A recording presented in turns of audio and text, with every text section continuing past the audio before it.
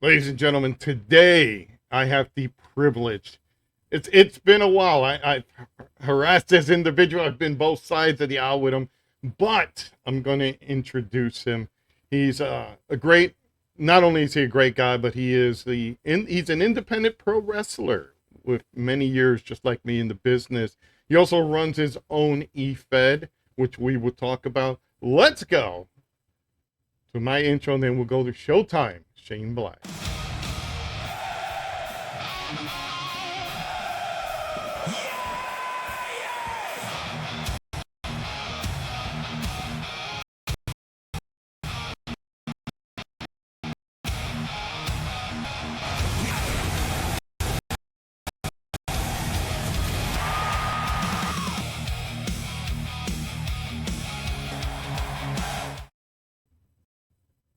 Wait. That's there we go. Talk about editing. Talk about. Oh my God, we got to do a lot of editing, ladies and gentlemen. He is here. He is. I'm gonna joke, and I'm gonna call him the myth, the man, the legend. He is the one, the only Showtime Shane Black. That's your knees and ego boost. Hey, we're in the wrestling business. You got to have an ego. You know that. That is true. That is true. Shane, great to have you on here, man. It's been a long time since we bullshit. So, and it's funny, folks. You know, we've both come from the same kind of Eastern territories, East Coast territories in our business, and I think we were in the business, but a little bit slightly different times. Yeah, and like in the same places but different times. So, but that's hilarious. And we ran with a lot of the same groups too, just missing each other. Exactly, man, dude. I can imagine the shit we would have caused together. Come on, Shane, you're getting in the car with us. So, ladies and gentlemen, here he is, Shane Black. Shane, first of all, I gotta say thank you for being on here, taking the time to come on this show, and we're gonna start it off right away. Well, what got you involved in professional? What was your first introduction to professional wrestling? A lot of guys who I've talked to had different little intros, like how they actually got into the business, or should I say, introduced to the business. How was it for you? My uncle got me watching wrestling when I was probably 5 or 6, watching old AWA on local networks and stuff, and I got sucked into it. Just the bigger than life characters, and he was watching it religiously, so I just hung out with my uncle all the time and just started watching it, and it was the rabbit hole ever since then.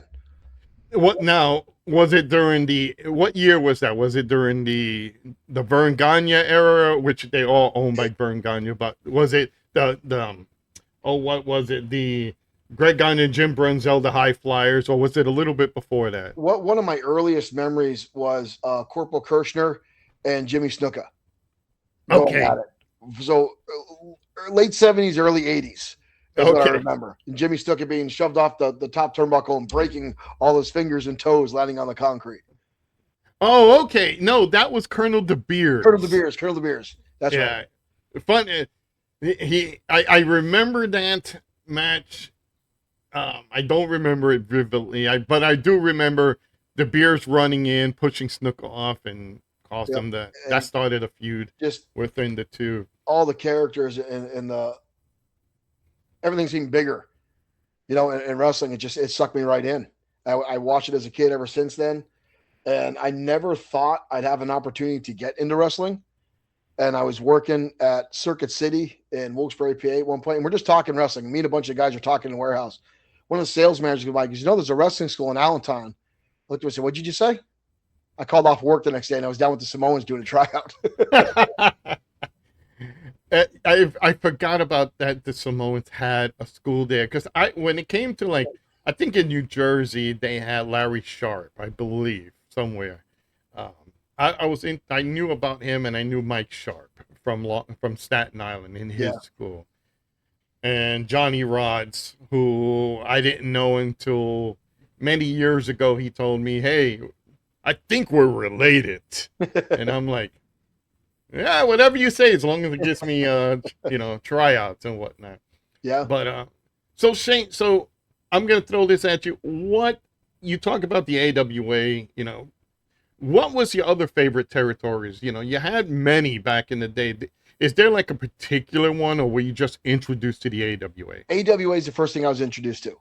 I think that was one of the few that were on television in my area when I was a kid. And then I started watching pretty much everything I could get. Um, I don't remember all of them. I just remember seeing some of the same characters on different promotions because back then it wasn't as widely broadcast as it is now. You couldn't weren't on prime time. It was always Saturday morning or Sunday morning stuff, replays and clips and edits and magazine shows. Is pretty Right. much what I got introduced to. And then anytime I heard wrestling was on, I would just watch it. Now I I know there gotta was NWA, there was AWA. I think there was some WCW back then. Yeah, the NWA with Jim Crockett. Because if you're talking, what was it the year you were talking about? What year? Late 70s, early 80s. Okay, so yeah, the NWA Jim Crockett from. I'm going to age myself. I think I'm younger than this young man right here. Um, I know I'm there gonna. was some Memphis. Was some Memphis wrestling. So I remember seeing a lot of the King. Yep, Jerry Lawler. Yep. But so I'm going to ask you this: a lot of guys got little. They kind of remember them, but not. Did you ever collect wrestling magazines? Only the ones I was in. Like PWI, I'm assuming. Yeah. There was PWI and a couple other ones that I was in from time to time. Those are the other ones I really grabbed. As much as I've been in wrestling, it's been a part of my life. I've never collected a lot of wrestling things. Really? I'm a big action figure collector, but it's Transformers, it's Marvel, all that stuff. I've never collected wrestling stuff, which is weird. Wow. That's crazy because I've seen like my mentor Jason Knight has his ECW figures. Won't have anybody else's, but he'll have his. So I'm like, why am to the rest of the ECW? Fuck them, I'm gonna have these. So, but let me ask you. So you joined the Samoans wrestling school. So Yep. I'm assuming Alpha, I think Sika, I Samu. forgot Samu, yeah. And how was it there? I'm not familiar with all of them. You always hear about Hiro Masuda's really straight shooters type style training. I know Sharp was a very good performer. That's how he trained the guys. And Rods was like more of the fundamentals because you go on WWF TV back in the day. So how was it for you? How old were you back then when you started? I was in my early 20s. Okay. It was stiff to say the least because the Samoans worked stiff. I mean, they came up in that era, and that's just the way they worked. And at the time, I was in Land of Giants. I was one of the shortest guys there because I'm not 6'1". Everybody else was, and I got asked multiple times, "Are you gonna be able to take this?" And I'm just, yeah, let's go.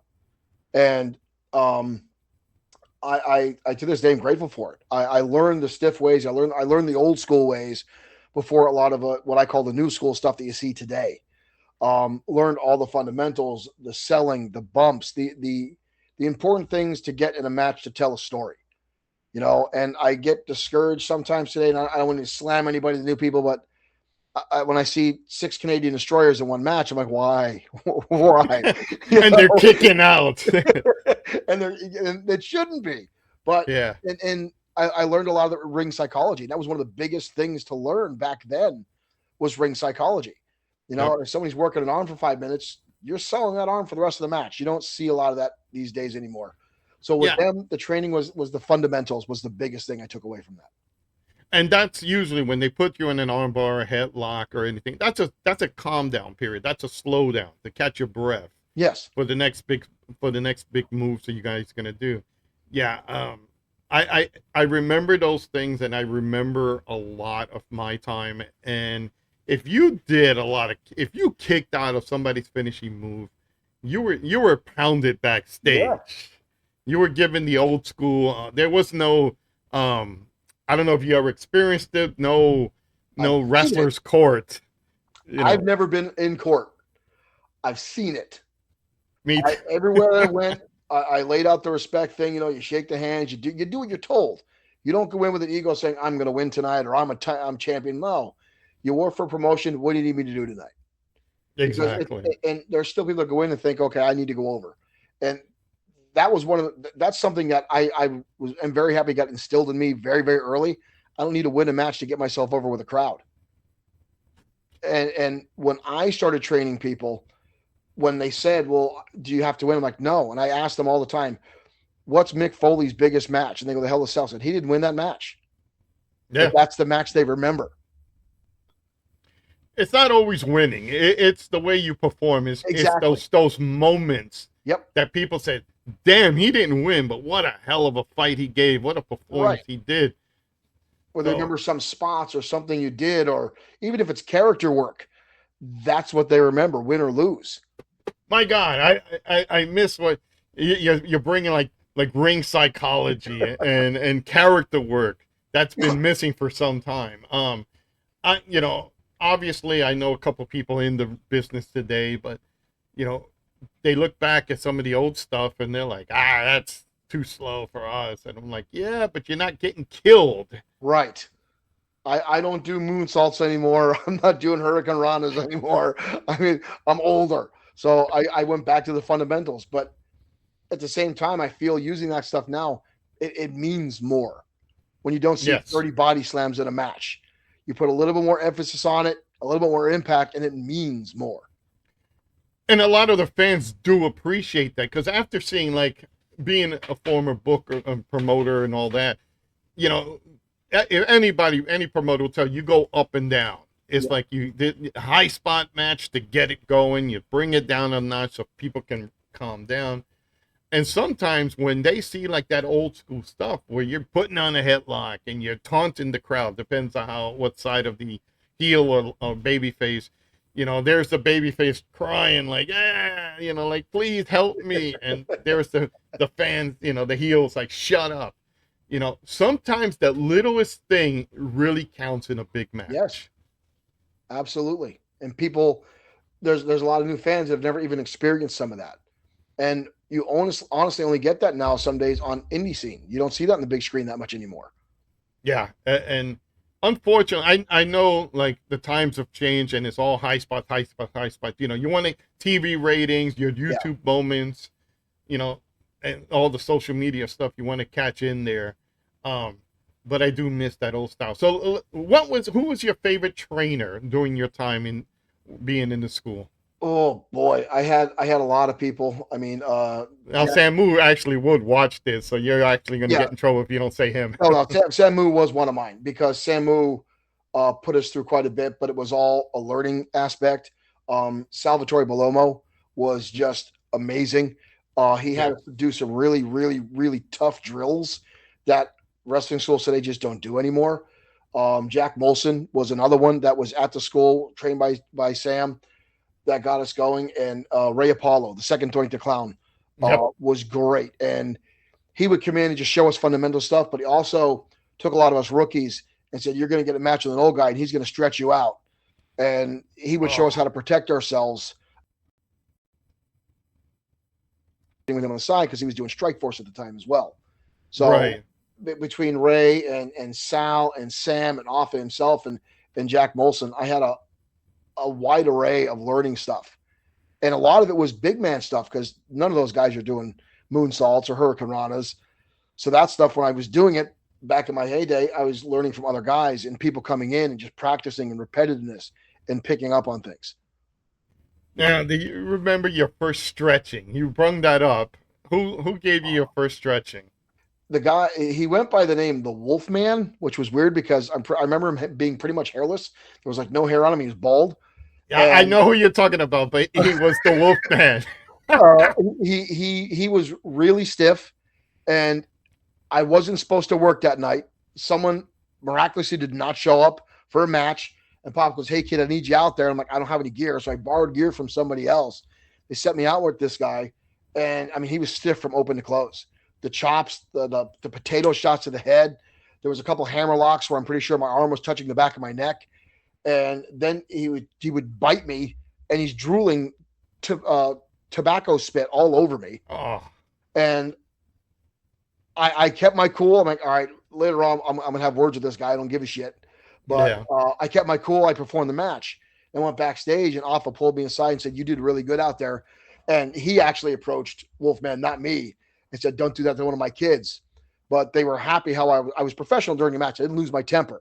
You Right. know, at that time, I wasn't about to give anyone a receipt because I was rookie in the business. Now you pull that shit, Hmm. you're getting a black eye. Oh yeah, and you know, I remember just being in my time and being like that first time. Like I've never was been an active professional wrestler. I was a manager because that was the goal I wanted. And when you still had to go through the trainings and you still Yep. had to perform at ringside. I took bumps.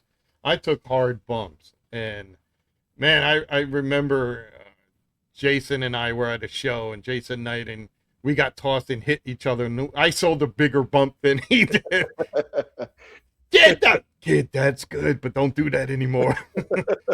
But so so you have we're gonna keep going with the school aspect of it. So normally schools go for 6 months. Did you actually do the full 6 months, or did you get a little bit of months and then you jumped into actual pro Um, scene? I graduated in about 4.5 months. Okay. I progressed really quickly. When I first did my tryout, they asked me if I'd done it before, and I hadn't.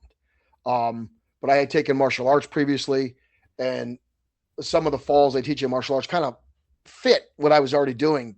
So martial arts, if you get tossed in a judo, you're told to slap when you hit the Right. mat to try to absorb, and that was a little bit of a familiarity. So I progressed pretty quickly, and I was having my first match again with the Wolfman in my 5th month in, Wow. and then after that match, I said, "You need to come up with a character because you're going to start working."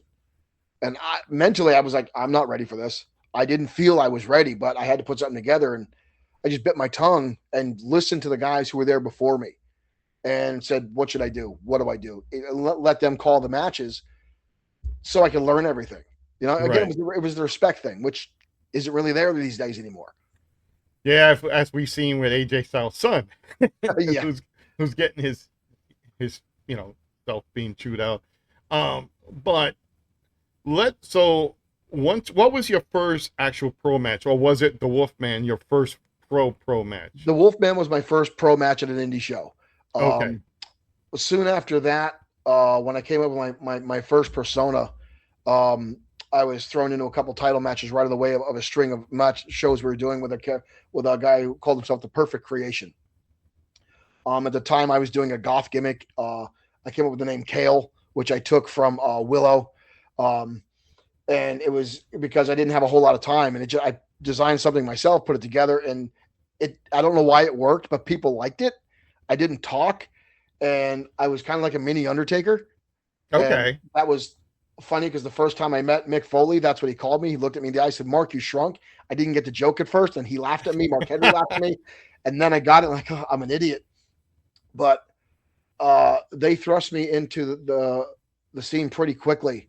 And again, that's just because I was listening to everyone and taking advice from everybody, and not just trying to. I didn't want to let my ego get the better of me, saying, "Oh, I'm doing really well. Look at that, they're giving me title matches." I never let that in. Like, I got to go out and perform and keep this other guy safe. And that's always the mentality I've had. And that really took me far in the indie scene because Yeah. I never was a guy that said, I need to be a title man. I need to be a champion. I need to be a man. I don't give a shit if I'm the opening guy or the closing guy. It's the same match and get a response out of the crowd. Exactly. And I'm not putting the current talent down today, but I working with a lot of people in the past, especially the '90s era. That's all. Everybody was just passion hungry. They wanted to get into the pro wrestling scene. They wanted to do good, and they want to get in there and just do their matches and try to kind of outdo the next match. Like, hey, we're gonna be a 5-star. They better be 6 stars. Yeah. Yep. So you did your first pro match with Wolfman. Who do you remember your other opponents? Did you travel around, or did you just stay in that territory in I, Pennsylvania for a while? I did PA for a while because I didn't know where to go. And I didn't want to go anywhere and embarrass myself. So I really wanted to make sure I was solid before I started branching out to the whole tri-state area. And then when I did, I traveled with people that I knew. We'd all get booked on the same shows, or we would just travel together. And indie shows, they always need somebody. Oh yeah. So that's what I would do, and then get my name out there that way. And then I started picking up more bookings here and there, and wrestling for just about every promotion I can get my foot in the door with. Right. That's a great thing when you can actually expand. Were you part of the? Did you used to send out your? And I'm dating myself. Did you have to send out your VHS tapes, the VCR tapes to different promoters? No, I didn't, because usually, and that's one thing I never did, because you normally being with the Samoans. A lot of times, hey, we need someone to help with the ring. I'm going. I would go help with the ring, do this, and they would say, "All right, this kid's pretty good. This kid's pretty good." We go in the ring and work out. I say, "All right, we'll put these guys on the show." So Hmm. we got a lot of workouts before the shows, and that was kind of my videotape at the time, just Nice. helping out, setting up chairs, doing all the grunt work that people nowadays don't do. And even before my time, that's how you got to train. You didn't go Right. to school, you went to volunteer to show and set up stuff. They said, okay, come in the ring, we'll show you stuff. Right. And again, doing all that stuff, you're learning all the aspects of professional wrestling. You're learning the ring because you're putting it together. Yep. You're doing the little things like, cleaning around, you're putting the chairs down, you're folding back the chairs. Little stuff like that takes you far in the Yes. wrestling, especially when you're starting out, because it shows you not only do you have a mentality for the business and the respect for the business, but you're also, paying your dues and Yes. showing everybody, hey, I can work with anybody and I'm willing to do this work just to get noticed. So we're going to move a little bit. Any names you remember from, from your career that you actually had to work with? Um, the Great Fujita and Little Guido was one of my favorite Ah, matches that I did. I did a triple threat match with the two of them, and that's n- still to this day a highlight of mine. Fujita, he was from AAA. He was amazing from Japan. He was absolutely amazing. It was a little terrifying same time because he spoke no English, so everything was motion. Hey, we're going this and this and this and this. But he was such a veteran; he knew it all. And Guido, being such a veteran, they led me through the match. They said, and I just again I followed them. And at this time, I'm already in 5-6 years. So I already know what I'm doing, but I'm like, okay, these guys are the vets. I'm listening to everything they say, and they put me over. Um, and it was an amazing experience. And they were the two of the guy. I mean, and I've got the chance to work with a lot of people, but that match always sticks out to me because of how much they praised me and said how good I did, how well I listened to the advice they had. I didn't try to go into business for myself. And I always remember backstage Guido pulling me aside after the match and going up to Sam and Pops and going, "Hey, this kid's got everything he needs. Keep this one going." And it was a very proud moment for me because he'd been in ECW, he'd been in WWE, he'd been everywhere. And to yeah. get praise from a guy, and he didn't have to give me praise. He didn't know who the hell I was, but I earned that from him, and that's always going to be with me. And there were two of the guys that I really liked working with the most out of all the big names that I've had. Okay, cool. Yeah, I remember Little Guido when he was Damian Stone when he first started. If you ever look it up, he looked like Dynamite Kid when he started. Oh, no And kidding. yeah, he was like really a bruiser, and he was a cool guy. I met him in Jersey, and he, we joked a lot. He was a very good guy, and then I think I stopped seeing him because I was in different territories. And next time I saw him, he was doing Little Guido, and I was Yeah, like, oh man, and you slimmed down. he I was. got yeah, I got bigger, I got fatter, and he got slimmer. Go figure. He was really cut at this time. It was towards the end of ECW, Hmm. and we WXW the Samoan some did a. It was during the whole time when ECW was invading WWE, Right. and we did a show with both rosters involved, and it was great. And it was a triple threat match of those guys, and it's always going to be in the back of my memory as one of my favorite matches of all time, just because of how I felt like I earned their respect in that match and how well they treated me. And to them, I'm a nobody. But Right. the fact that I earned their respect, two guys who've been in monumental matches in the big leagues, it meant a lot to me. Anybody else you could remember working with, or Uh, or at least meeting and good giving old you advice? working with good old Dave Batista was always a joy. Um, to this day, I'm waiting till one day I get to go to a Comic Con or something. He's on panels. I'm going to bust his chops about him knocking one of my teeth out, and I'm going to Okay. ask him if he's ever going to buy me a new tooth. Um, or get you a movie role in one of his what was it? Yeah, as soon as I get my SAG card, I'm like, hey Dave, here we go. Rosie, 3 minute warning. Yeah. Was a phenomenal person to work with. Both Lloyd and Junior were great guys in the ring. Meeting people, I mean, Eddie Guerrero was an A+ person. I worked a show with him and Chris Jericho working against each other. It was absolutely phenomenal. I got to pick their brains for a little while. Undertaker and Kane, Farouk and Bradshaw were on that show doing a tag team match. And that's also one of the big standout moments in my career is we're all sitting backstage. We're all us local indie guys are doing our thing, getting dressed. And here comes the Undertaker, a.k.a. Mark, walking around, introducing himself to us. Hi, I'm Mark. How you doing? And we're like, but again, every time you go to a locker room, that's the etiquette. He did it in our locker room when he could have walked in, sat down, and all of us would have made a beeline to him. He came to us, and it spoke volumes of how much he respects the business and what he did. And then the other guys did the same thing. They took their time and met everybody. Yeah. So, and that's a big thing too. When a guy like that can come to you, it's not an ego boost. It's kind of like that, confidence, like, hey kid, welcome to the business or something like right. That. And again, I'm sitting there and I remember going through my baggings. How you doing? I'm Mark. I picked my head up and I'm thinking, don't pee yourself. And I said, hi, I'm Shane. He goes, it's nice to meet you. And then here comes Farouk and here comes Bradshaw and everybody else. I met Foley 2 weeks after Hell in the Cell when he was still down and out.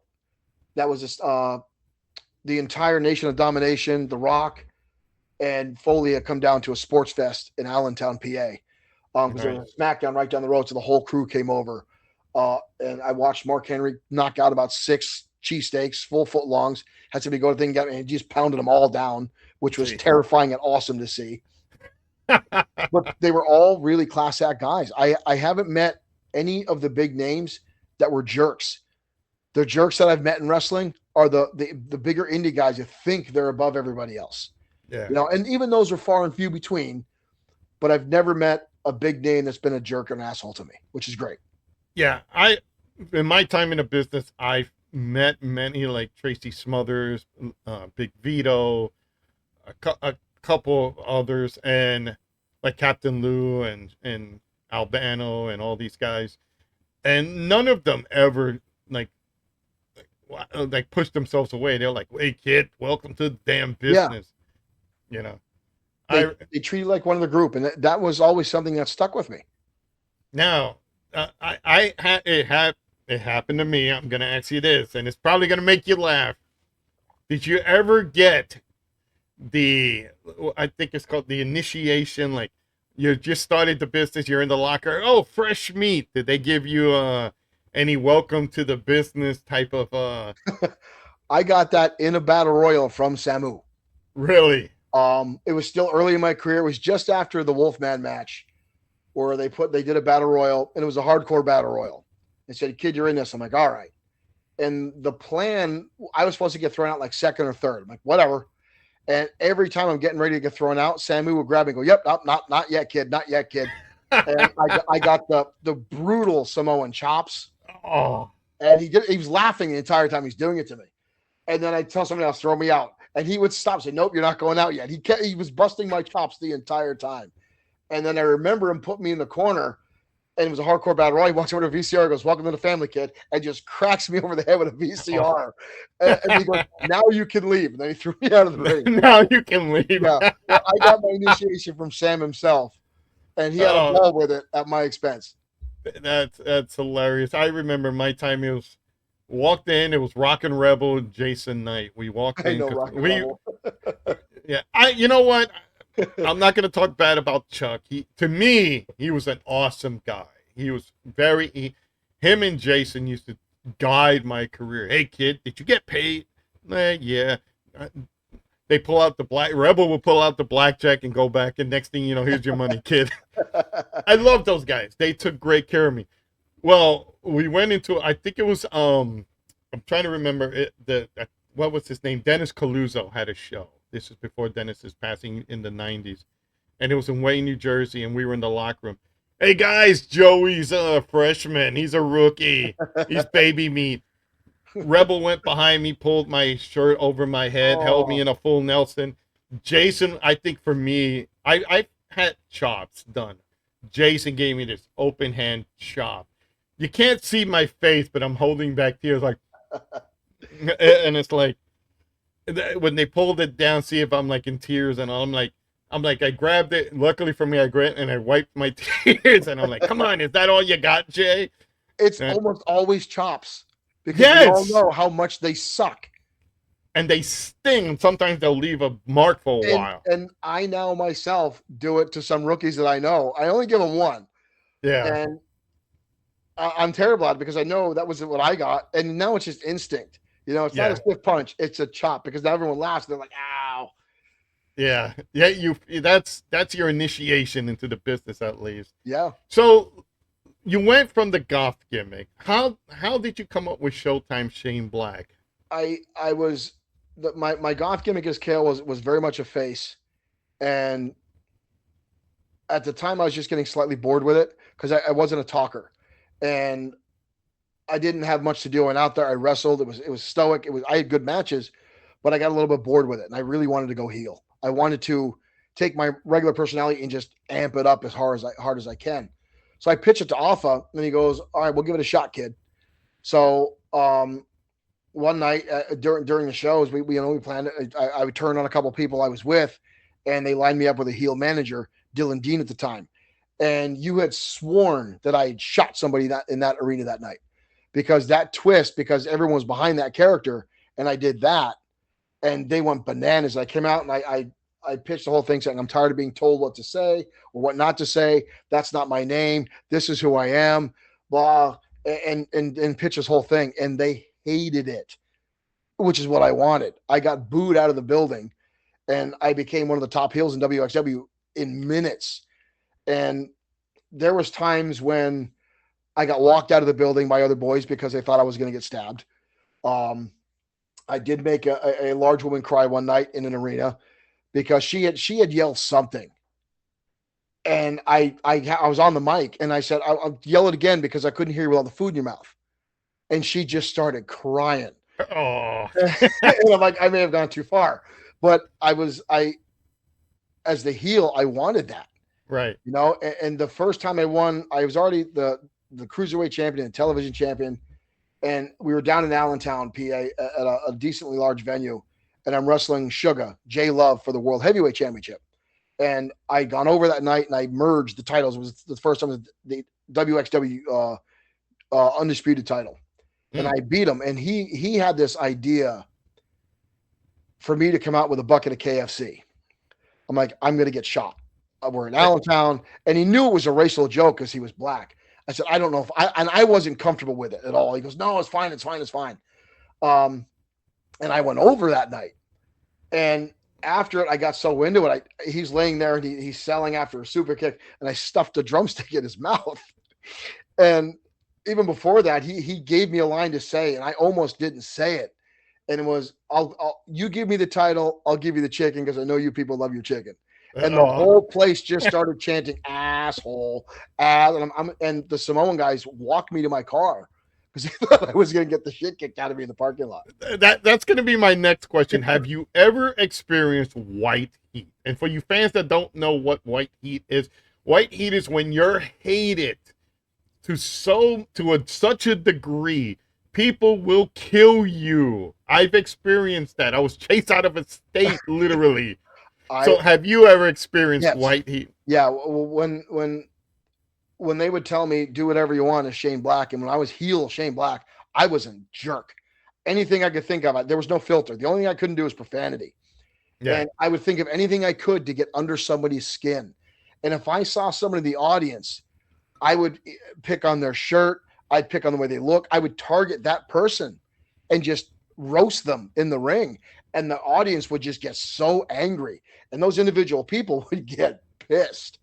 And I would have that and to a point where my friends who knew me would go to shows. And they would heckle me on purpose. And I would love it because they knew I was going to fire right back. Right. And I had a friend, Nathan, and he was a large dude. And he stood up, was going to yell something. He goes, I'm going to sit back down. He goes, I'm a fat guy in a flash shirt. He's going to light me up in front of a crowd. He just sat right back down. because he was afraid of what I would say to him. Jeez. Okay, Bubba Ray. Yeah, I've had white heat on me before. That's cool. So you did a lot of the Showtime Shane Black, and then you switched your character. When did I'll let you bring up the exact thing of the newer character, but so how long were you Showtime Shane Black, and along the way, how many did you win any additional titles? As Shane Black, I've won a bunch. I've had every title in WXW and USWF, PWA. Mm. There's been quite a few. I got heat on me in some locker rooms sometimes for titles because I was over with the crowd, and I was never a guy that went to management and said, "Hey, I want a title." I was just over, whether I was a heel or a face, and I would earn my spot. And there were some Right. big guys that would get pissed at me for that time and time. And I did Shane Black for the better part of 25 years. And Wow. it would go back and forth between heel and face and a bit of a tweener. So even when I went face, I really didn't change what I did. I just didn't pick on the audience. Then I just picked on the opponent with the promos. Yeah, I should know that. And But the new character, I mean, I kind of retired for a while. Job in life, my regular job in life had taken over. So I would occasionally do small spots as Shane Black, and people would call me out or book me. Hey, we want to hear, hey, can you help us come work out with a new kid? Because I got kind of back in the business being asked to be a backstage agent for new kids doing matches. I'm like, absolutely. I love helping young guys learn the ropes. And then he said, hey, would you want to work a match? I'm like, oh, all right. Because they knew I had my gear. I never go to a show and not have my stuff. So I kept doing it. And there was a local guy's, a young kid that used to do photos for WXW, now had his own promotion. He says, hey, I'd like you to wrestle. I said, I'll do it, but I'm not doing Shane Black. I'm going to do something weird. And he goes, I don't care what you do. And the character I'm doing now is actually from a board game of wrestling that me and my friends did when we were in high school called the Maniacal Glee, which is it's all character work, and it's very comedic. It's like Spider-Man and Venom meet the Joker. And it's just fun for me. And I did it as a gag. I took a stuffed duck to the ring with me and acted like it was my friend. And now that's progressed into Bruce the Minotaur, which was a piñata. Now it's a stuffed animal. And now I did not expect it to take off. I didn't expect anyone to care. And now when I go to venues, there's an entire room of people chanting Bruce, Bruce, Bruce for this piñata. And now it's full. And he's the one that started the piñata in Fortnite, I bet. If you ever have you ever seen Fortnite? I played Fortnite. I know they Fortnite have the well. piñata. Yep. Yeah. I never expected it to take off. I didn't expect it to be big. I didn't expect to be put in high profile matches as an older wrestler who just wants to go in there and make people laugh at this point. And at the same time, it opened up another avenue for me because a very old friend of mine in wrestling, who, when we were back in our heydays, I was Shane Black, he was Zero Gravity Nick Cage. We wrestled all the time as high flyers and high impact wrestlers. Now he's older as well. And we just happened to meet up one day. And I said, what are you doing? He goes, all I'm wrestling is this. And he now has his own older comedic Kyle character. I said, you're doing what? And I said, we got to get together. And now we're tag teaming as the Maniacal Manimals. Oh. And we're having an absolute blast. And again, it's something I did not expect people to care about, but they're so enthralled with it. And now when I go to some shows, I'm like, don't worry about paying me. Just give me a merch table, because I'm making more than what they'd pay me in merch. Right. And that's one thing. It's, in the world we have today, a lot of people look for that release and that enjoyment, right? To be entertained. When they zero in on on a character or gimmick that they really appreciate, they're like, oh, I love this gimmick. And they will, like, as crazy as it sounds, they will get behind it. And I find myself with a lot more freedom with this character. The mask lets me, and one thing I'll tell you now, and I laugh at myself for this. I get a lot of people saying, hey, can I take your picture? And I don't speak when I'm Glee. I just make stupid sounds. I sound like Stitch from Lilo and Stitch. And I'll get people, can I take a picture? And I'll put my arm around them. And I'm behind the mask. I'm still smiling like they can see my face. Because it just gives me that much fun, having it. And I just did a big show in Mifflinburg, PA, with Vinny Glamrock, who is again an old friend of mine, and it's a really awesome show. It's his 6th year doing it. He sells it out. He gets some decent names on. He's gotten Penn State players to come down and do spots and everything else. And I went down last year, and there's kids in the audience who've only seen me 2 times at this show, and they're showing up with signs for Glee and Bruce. And somebody brought Glee cookies. They made cookies with my wrestling mask face on it, and I was blown away that they've only seen me a couple times, but they remember the character and the stupid stuff I'm doing, and that gives them those memories and those memories. So it is very much a release. Just have fun and entertain people. Yeah, and the thing too is, because same thing with in my career, you're being a heel manager, and all of a sudden I go into a territory and they're cheering me and they're coming out with these signs and all. I'm like, what the hell? Don't you know I'm evil? And so it's when a group of people, but sometimes for me to have that, I don't know what you would call it, but that admiration for your character, and people come to you and like, we love your character, and they come out like you said with the cookies and whatnot. You're kind of like, look, I don't need to get paid. I'm already like been paid for with this. Just the feeling of knowing I'm bringing people this much joy with something I'm having fun with myself, a lot of times is a good enough payment. Yeah. If I'm driving far, okay, you give me gas money, I'm good. Give me a table, give me the gas money, and let me go out there and have some fun. Exactly. And now I'm just trying to see what limits I can stretch in stupidity inside the ring. And just another anecdote from this new character, I take that pinata, which has got blown up. A heel manager blew it up, and the whole place exploded with anger. Oh, and I'm wearing this mask, and I'm laughing, going, "Oh my God, they care about this stupid pinata so much." At one point, a little girl. Now, when I'm doing Glee, now everyone right. Walks, oh my God, Shane Black is Glee, because I usually deny it. They brought over to the commentary table a little pinata unicorn and said, "Can you guys give this to Glee so Bruce has a girlfriend?" Oh, gee, that's so awesome. And I'm thinking, I hear my 50-year-old man going, "Don't cry, don't cry, don't cry, don't cry." Oh. And the next show, I brought it to the ring, and those girls lost their minds because what they gave the character, I brought with me. Yeah.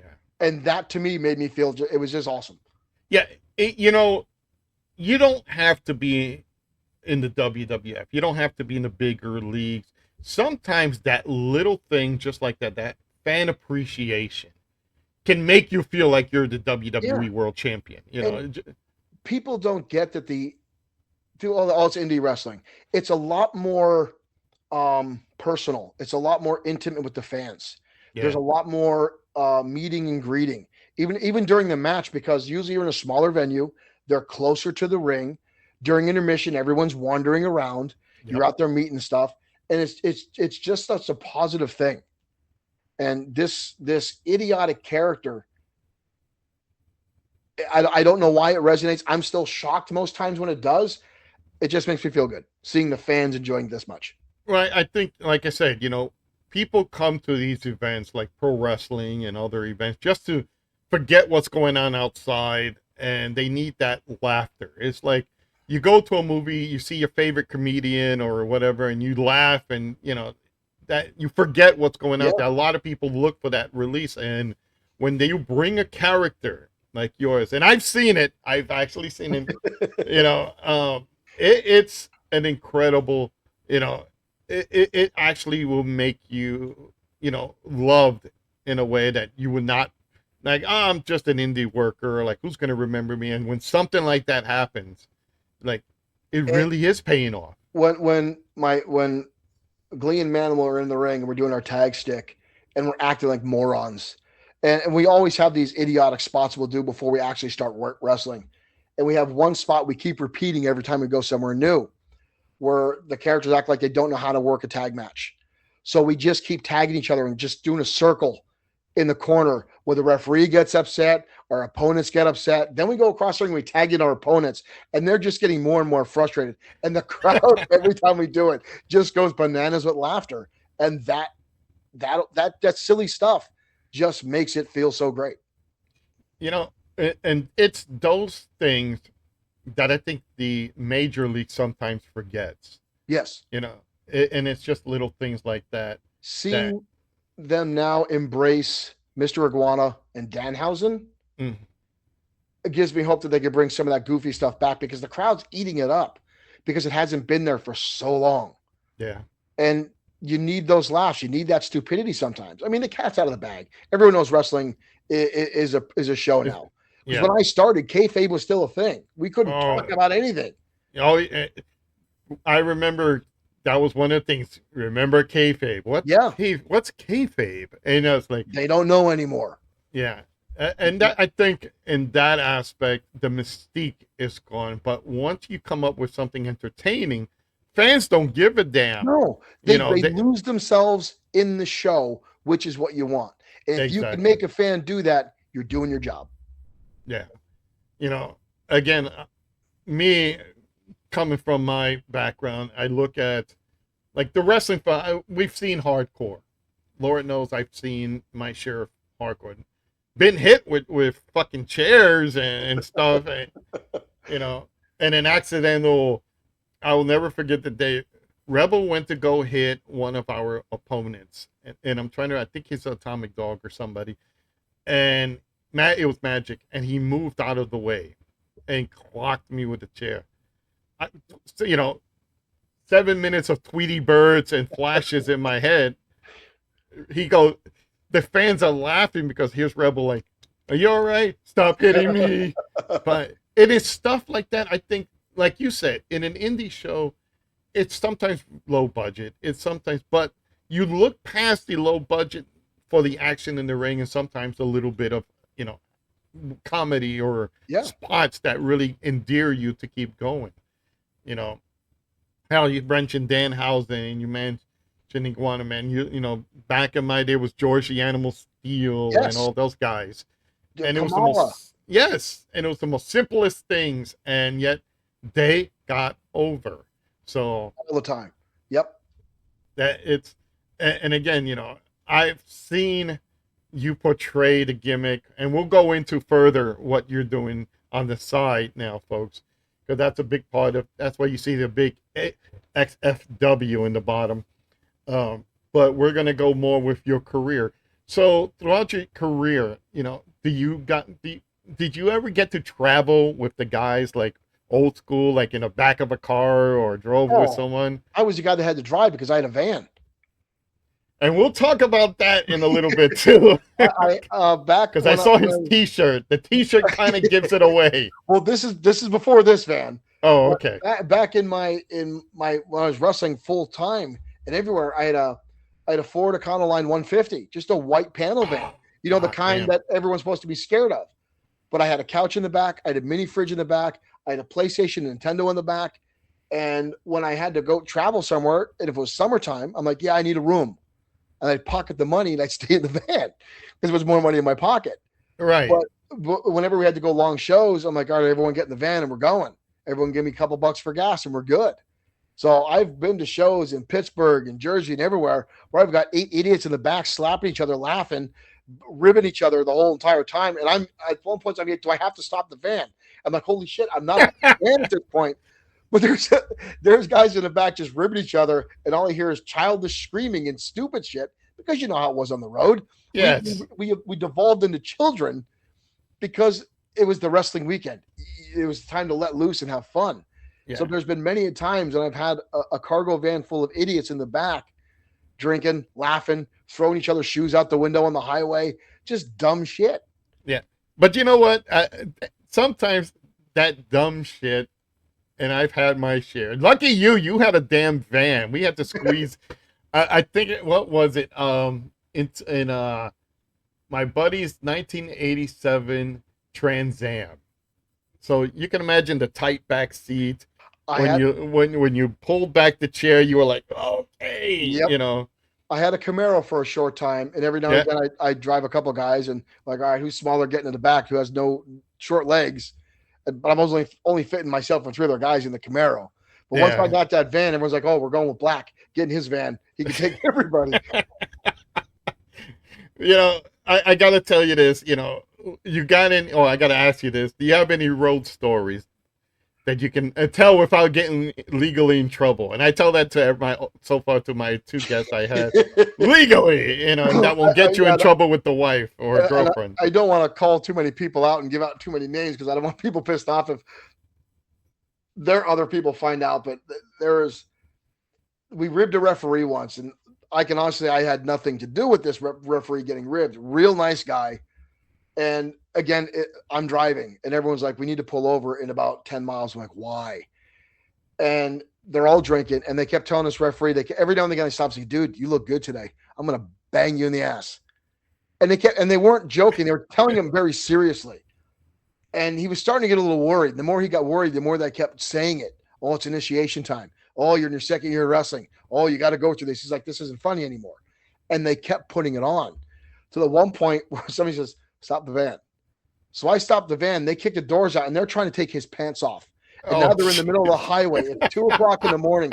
He's screaming like a little girl because he thinks they're actually going to try to pork him.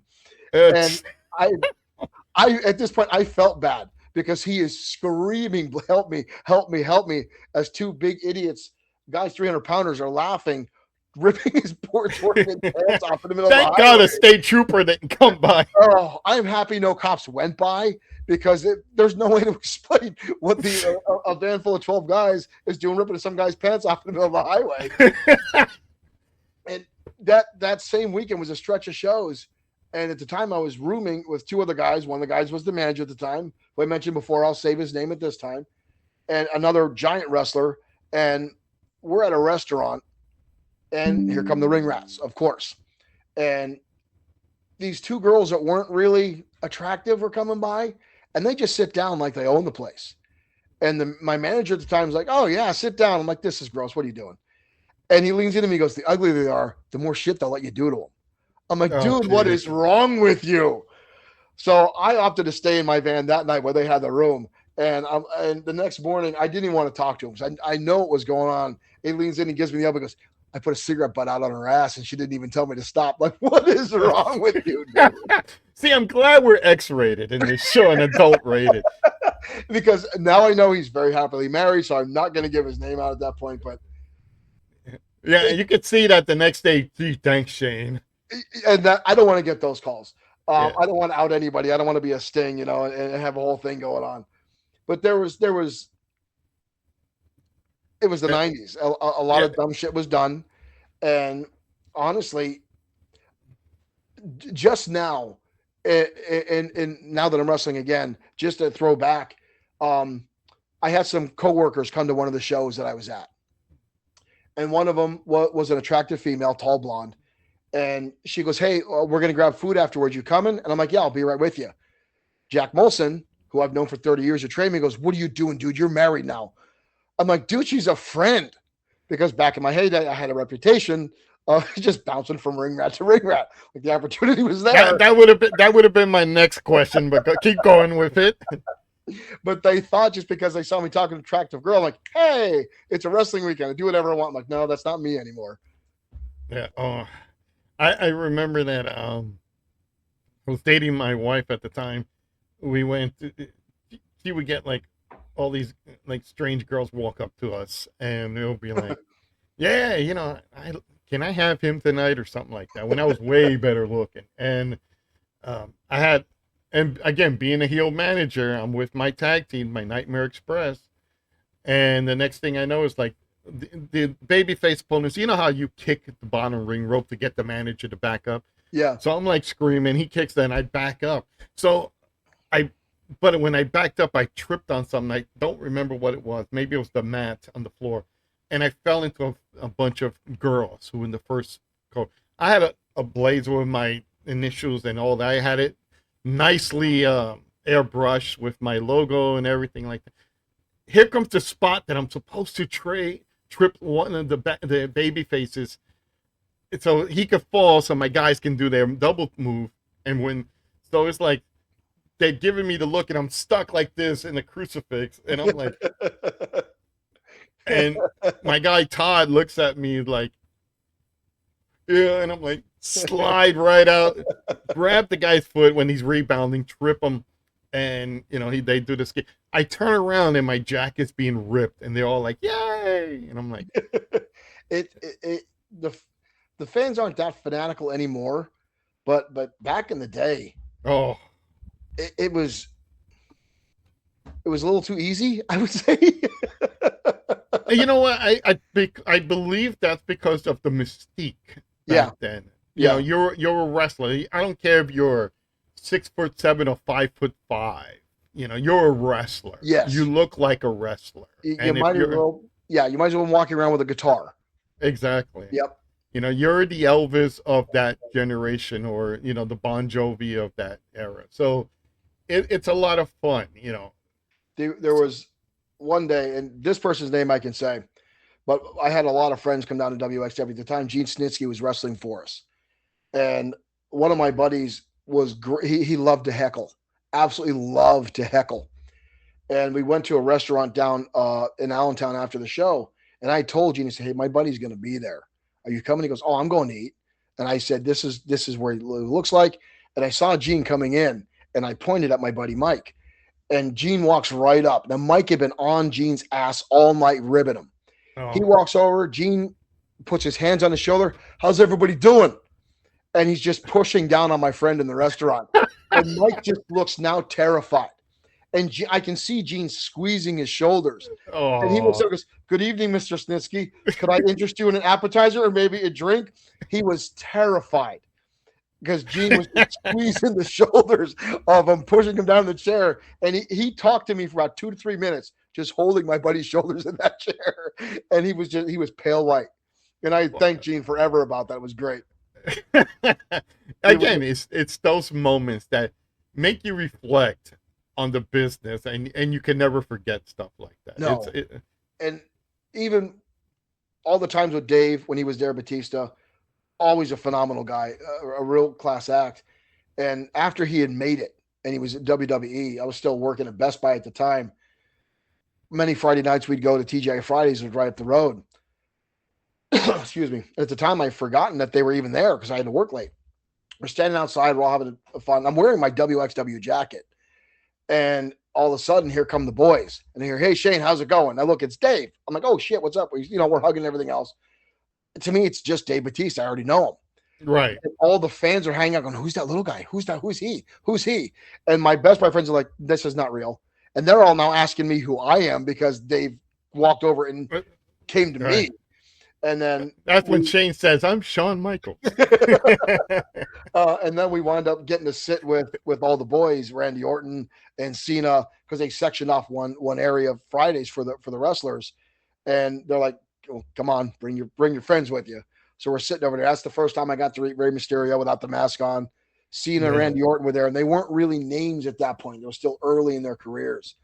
And I'm trying to remember who it was. One of our local guys, um, one of the wrestlers, Lloyd, wanted to get with one of the indie chicks, Oh, and he was really, really taken to this girl. Her name was Jeannie. And they came, one of the guys said, "Hey, you got to leave." I'm like, "Why?" He goes, "Because he wants to talk to Jeannie and you're talking to her. So he's saying you need to leave." And they made him leave because he's like, "Nope, that she's mine tonight. You got to go." I was like, yeah. "Holy shit, this is real." Yeah. Trust me, I know how that is. He was staking his claim, and Yeah. the opposition was told to just leave. Now, you said you were traveling around. Now, I'm not going to put you in any spots because I know you're nicely settled down. Um, but have you ever been to like any of the famous hotel parties after a show? There's been a few. There's been a Okay. few, and the first time I was ever at something like that, I had no idea what was going on. I got, "Hey, come with us, come with us, come with us." I can get along with anybody, even some of the jerks that are in the wrestling. I can get along with everybody. And we had a guy in our group, um, and when he wasn't wrestling, he was actually a male dancer at adult clubs over in Jersey. Okay. So they would always bring other folks in for parties and shit. And the first time, like, well, this has happened. This is weird. This is weird. And the locker room, you're always seeing guys changing, but now seeing the same guys in the same, it's a whole other world. Yeah. Seeing some stuff go on, you're like, I did not plan on seeing that this weekend. It's Mr. Ron Jeremy around here. But yeah, there's been a couple wild nights that just kind of happen.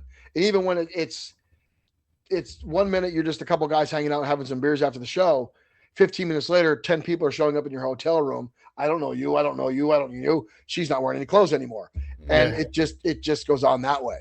Yeah. It's You know, again, it's that rock star moments. Yeah, and after a while, like, well, this is just how it is on indie wrestling.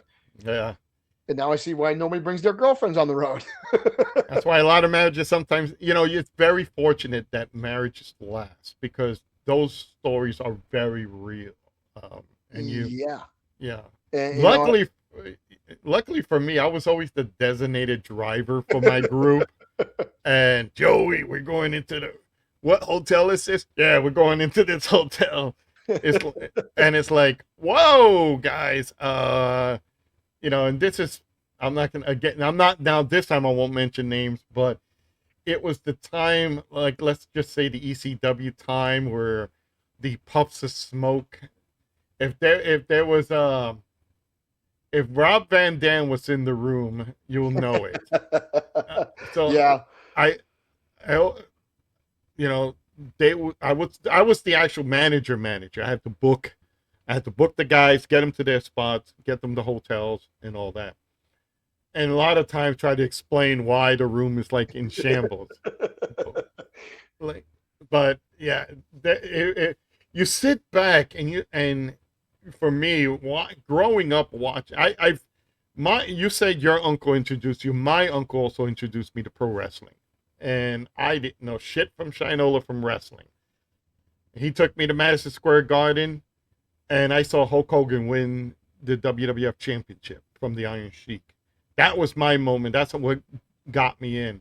So here's the thing. So did you ever? Because I remember my experience. When you were watching wrestling, and I know this is a lot of people probably will frown on it, but did you ever look at it like, oh shit, this is real? And when you finally got to the back to learn the business, like, oh god damn, I didn't think it was like this. I had found out that it was a work before I decided to go to school, and I don't remember exactly when it was. I remember being a kid and getting sucked into the matches and getting upset when the face would lose. I remember when Andre the Giant beat Hulk Hogan, and I was, I think, maybe 7 or 8, and I cried, but I don't remember when it was when I found out it was a work and it was a show. So I knew that before I started training. Okay. And I do remember trying to explain that to my mother over and over and over again, who was the biggest mark I'd ever known in my life. Even to the point where I told her, hey, she was coming to my first show, her and my stepfather. And I said, it's a show. I'm fine, Mom. And I remember being on the ropes again. It was the guy they call the Perfect Creation. His manager at the time, Johnny Glitter. You probably know Johnny Glitter. Mm-hmm. He puts me in the ropes and he does the whole gimmick where he's choking me in the bottom of the rope. Yeah, my hair's in my face, but I look straight out. I see my mother get up, and I see her start going towards the ring. I see my stepfather grab her and put her back in her seat, because to her everything was still 100% real. So in the ring, she's watching her son get choked out the life of him, and I'm laughing. Luckily, my hair's in my face, so they can't see me laughing at my own mother, who's in complete distress. She's gonna beat the guy outside. Oh, but I don't remember when it was. I found out it was a work, and I figured it out or knew. Or at that time, the cat was just out of the bag when everything came out. But I remember when I was there, it was, kayfabe was still a thing for us, right? So I don't remember exactly when the glass was shattered for me, right. But it's when I found it only made me love it more. Because now I understand the mutual thing between two guys in the ring. Right. It's not like just the heel and the baby face. It's like you actually get to see them. Like, okay, this is how it works. And yeah. It's, oh, God damn it. I didn't know that was it. I used to be a cop in New York City, and we used to do, there used to be a Madison Square Garden. and WWF used to come Madison Square Garden. They would do two shows. They would do the training show, you know, for kids and, you know, special needs programs and all that. So that was their training, and then they'll have the actual real show. So they will ask for police officers to be the security.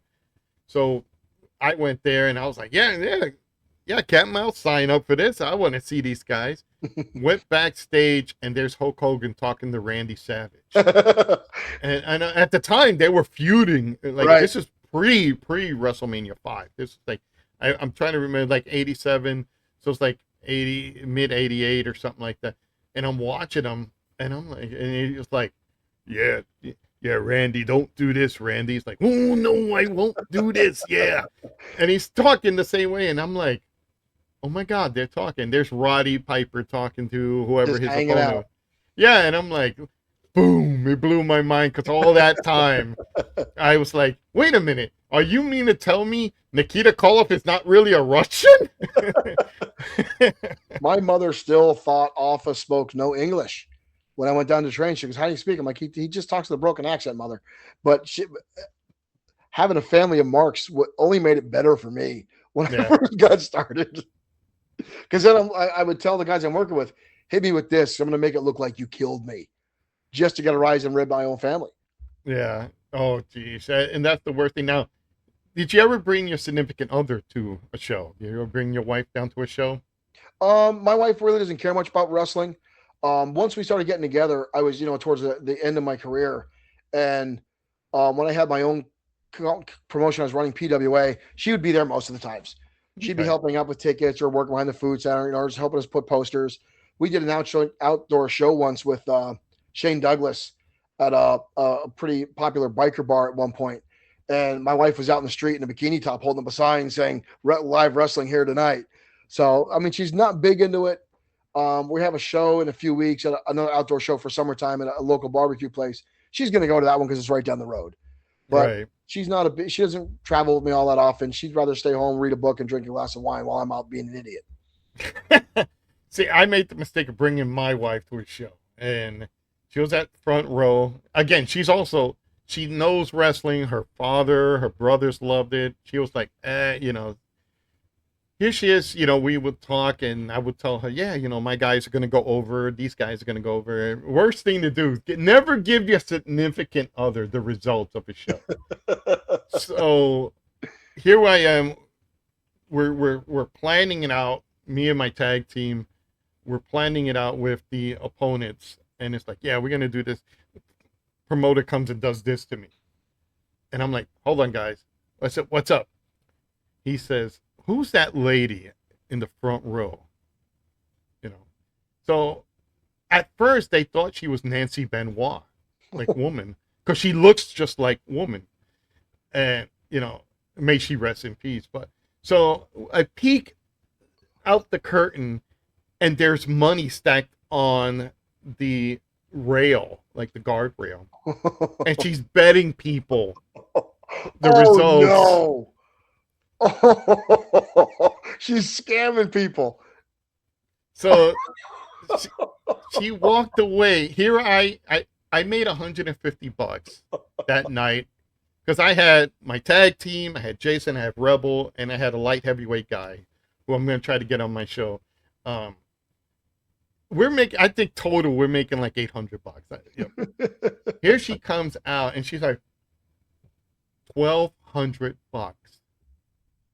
Oh my God. That woman just made more money than we fucking did.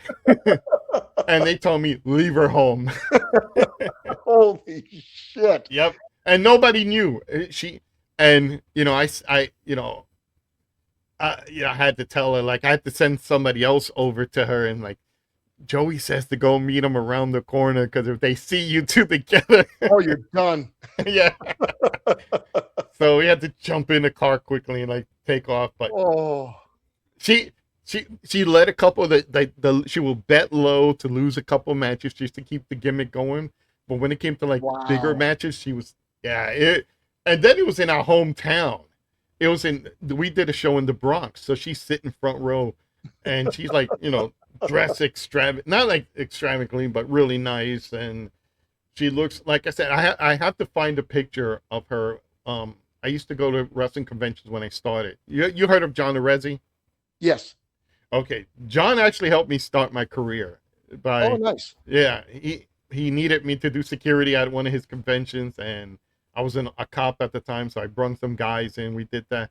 That's how I met Eddie Gilbert, and next thing you know, it's like everything went completely south. And John used to have a radio show, so he used to advertise, "Hey, Joey Knight just became a professional wrestling manager."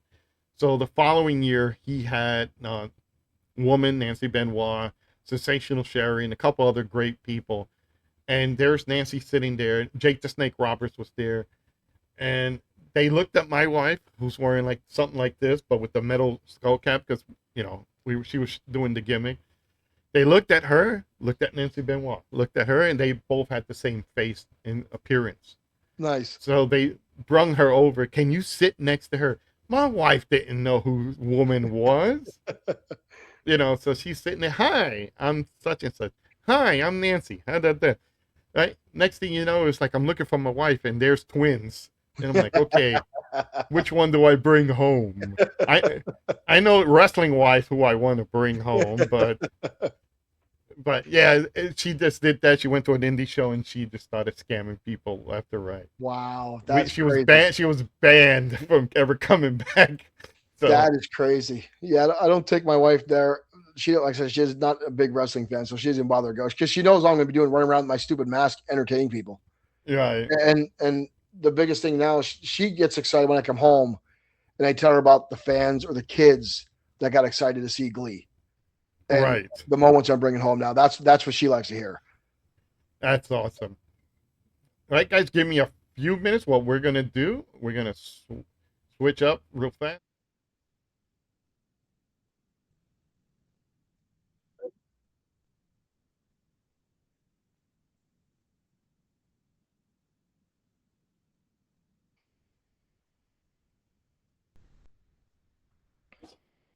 All right. That's for that. Those are those old shopping network moments. So, so Shane, we talked about your professional career and how you're doing. Like you're still involved in the business, which is great. But let's talk about your this side gig that you got involved in. Um, for the first time, I've never heard of such a thing in all my time. I remember somebody mentioned to me eFed. And I was like, what the hell is an eFed? It's an erotic fed or federation or what is it? And I did not know about it. I was introduced by Trent Killer Chris. So, and that was for TKWA. And I was like, I don't know any of what the hell. So I got involved in that. I got to see you doing that. So before we go into XFW, let's go into that next phase of your career, because I think I remember you just purely as Showtime Shane Black for that. How would you, as a professional wrestler, somebody come up to you and say, "Hey, would you like to be in an eFed?" At the time, I didn't really know what an eFed was myself. Um, I had just started game streaming because I play video games and I liked it. And then once people saw the XFW, then they reached out to me about the eFeds. And I didn't know about the promo pushed eFed stuff. His mine was a bit of a very different format. So TKWA was my first one, and then other people started hitting me up. I'm like, I don't have time to shoot all these promos all the time. So I kind of Right. stuck with Chris and then WWO and a couple other guys here and there. And even now, I don't have enough time to do a lot of it still because I'm so busy with everything else. But at the time, I didn't know what it was. I said, well, everyone's game streaming, just playing the games, and I said mine's a very different format from a standard eFed. So at the time, it was, oh, you're doing eFed? Like, no, I'm just playing video games online, and I just get overly involved in the characters. Right. You know, when we got together, when I first saw that, I was like, "Oh man, this is interesting." I have to ask my promos because I didn't know. Being in the real business, and you kind of like, "Oh, these people playing wrestlers." But then that's what we did anyway back in our day. When they moved me to commentary, I felt so much better because then I could let my heel persona come out. Yeah. I've remembered directly, I don't think you've ever been a heel in TKWA. And when we No. when we started WWO, it was a different concept. It was like Marvin Dallas, blame Marvin. Um, I'll make sure I mention that to him too. Marvin, you got a pop in here. So when we left TKWA, he came to me and says, "Hey, we want to continue this. How can we do this?" Well, I run the WWO for real. I'm like, it's kind of now slowly on the back burner, but we can carry on and name that same thing, and we'll treat it as a real wrestling promotion. Backstage skits, whatever have you, promos, whatnot. But we'll keep it storyline driven. Yep. And we were picking people, and I remember your name popped up, and I'm like, fuck yeah, he's going to be a heavyweight champion. Because how much credible can that be? And I was like, that's our Hogan, that's our Shawn Michaels. I actually felt bad for a little while doing some of them, because when I went to TKWA, they decided who would win, who had a better promo. So it was like a little bit of a challenge. And I felt like I was going in with a severe advantage. And I started feeling guilty because I wasn't losing, but I'm going up against guys who've never cut a promo before. Yeah. And here I am hamming it up and doing what I do inside the ring for crowds, and watch these guys going, I'm a wrestler. I'm going to fight. I'm going to beat you. Yeah. With no energy, no persona. And I'm like, this isn't fair.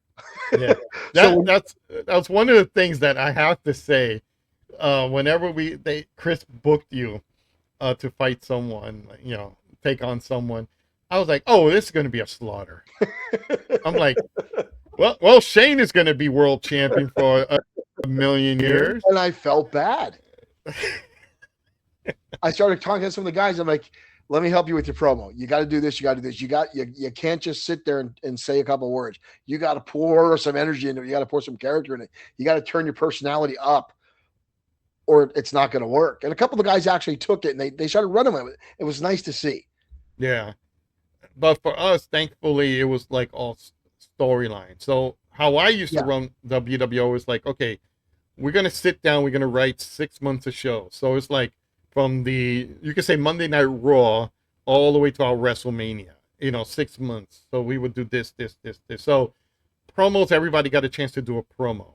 And I honestly, and I say this to you because this is the backstage creative talk, we would say, okay, Shane is going to hit this not only out of the ballpark, it's going to pass several ballparks. We've got to come up, we've got to get the other people motivated. And I'll throw in a couple of names, Little G, LG. Little G did awesome. Yeah. Every time that kid was great. He will look at your promos and was just like, I'm going to try to do like that. Yep. And same thing with the Duke. Yes. Same thing with, I would say Jeremy the Madman and Mr. G and a couple of guys. And folks, we'll talk about that in a few minutes. But whenever you came on, and I would say, I already knew who your opponent was, how the outcome of the match. I was like, okay, we're going to do this. Then it was the aspect of somebody having to create the match. So guys, folks, we would take let's say WWE 2K25, now 26, they would script out the match the way we want it. So there's a lot of editing involved. So you have to play the game, hope that your computer opponent does what you want, edit most of it, and then put it together, make it sound. And then if there was little, interference from the outside, we had to add all that. But I'm going to say, honestly, sitting back and listening to the promos, I would love your promos because he would sit back. He would do it nonchalantly. It would be like there would be a bar behind him, legit bar, and Shane would hit it out of the ballpark without needing so much, stuff. You got Hellbilly, who was like the scarecrow. We had to make the background dark, like the spookiness. Here is like, I'm not going to put words in your mouth the way you say it, but in short, it'll be like, I'm Shane Black, you're fucked. You're losing regardless. The character was all ego. So that's what I pushed on. Then when I started doing some stunt work and some small movie stuff, I just threw that in there. I'm like, I'm better than you. I'm doing this shit and you're sitting on your couch. And it just riled it up. Yeah. And we're going to talk definitely about that because that's another major step in your life. So how did you come up with XFW? Was it something that you just saw and you just wanted to do it too? When I was in high school, myself and a couple buddies were big board game fans. Dungeons and Dragons, Hero Clicks. We played everything we could get our hands on. The grander the game, the better. And there was no real good wrestling games out, so we decided to make our own. And we made up 32 characters. They were some of them were based off real wrestlers and stuff. And we got together every week and just played it. We had match cards and everything else. We had a ranking system, and it was dice and paper. And we had done it a couple of times. We sold it locally. Didn't do great because we didn't know what the hell we were doing. I still have an original copy in the back here. And then one day, an old friend that used to play with us, I see him one day. He's streaming. How do you do that? I'm just curious. How do you do that? And it goes, oh, you just get a capture card. You do this, and this, and this. So I just started gaming around with it, and I started making all the XFW characters we had on pen and paper, and just putting them in there and having fun with it. And then more people started tuning in. And then I'm like, oh, I'll just do the storylines. And I continued storylines we wrote from us just playing the game and put them in that and just translate it over. And then it became a little bit more popular. I let some fans submit characters who have become staples in it now. I'm actually working on redoing the board game now and trying to raise funding to put it back out in a much more professional fashion. Right. That's great. You know, I hope that works out for you. I remember myself, I did something similar to that. I used to forget. My parents used to be broke because they had to buy all the wrestling magazines for me. So I would cut out the wrestlers themselves, put them like a little, glue them with the what you call that, the stick glue and a cardboard. And I would put them on a little paper ring, and I would like roll the dice the same way, like who wins, who this. And it was like not one territory. So it was like, yeah, it was everybody. So, you know, the roll of the dice, like, really? like he won? He beat Hulk Hogan? You know, shit like that. So good. Send me the info. I'll definitely advertise it for you on my streams. Because I would love to see that. I'd love seeing stuff like that, which you don't really see. You think WWE would take advantage, or AEW would. You know, board games are coming back. People are playing D&D. Yeah. So stuff like that would be a big thing. So you got into that. Now you're also venturing over WWO. And again, you're working with guys who you worked at TKWA, but are now taking it to the next level. Because I remember the promos with you and LG getting into it, and he was the king, LG, and it was funny. And then I had to get in on it. There are times I would try, and being the bad guy commentator, I had to rip you back, and I would do that. But when I'm not watching, when you don't see me and I'm watching the promos, I'm giggling to myself. I'm like what an asshole! How dare he say that to me? That's the fun thing about promos is when you know somebody, and normally if you're going to say something real personal, you go ask that person, "Hey, are you cool if I say this?" They say no, so all right, that's off limits. But you and I have talked so much. And you always made the jokes. Oh, I'm the lower end Paul Heyman. I'm like, all right, I'm going to use that. If he said it, I'm going to say that. and again, I said it in my last podcast. I'm not going to go through the whole story, but I did 2 territories that were pretty big: ECW and Smoky Mountain. Oh, kid, in Smoky Mountain. Hey, kid, you look like Paul Heyman. You came from New York. You're Joey E. Dangerously. And when Paul found out about it, when I went to go visit Eastern Championship Wrestling at the time. Yep. Oh, like, you know how Paul does. Oh, so you're the one who was talking, you were acting me, huh? No, that was Jimmy. And it's like, well, you're going to be Joe E. Cornette, and shit like that. I'm like, oh, fuck, I can never get over it. But yeah, I've always had that. My thing was, I loved the heel manager. So I was Bobby Heenan, Jesse Ventura, those type of personas mixed in. And when we had to go banter back and forth, and I don't think we really had the direct banter. It was always directed at my guys, but then you would throw me into it. Yeah. It's like Joey Heyman or something like that. And I'll be like, quietly without muting my mic. I'm laughing hysterically. Like, now shit, now I gotta fucking counter that motherfucker. So it's like, what was it? Slow time, uh, slain black or something like something like that. And I will have to come up with. It was tough, folks, going against this man. You know, you're laughing part of the time because it's your best friend talking. And it's agreed. Like, go ahead, man, go ahead and hit me, bury me.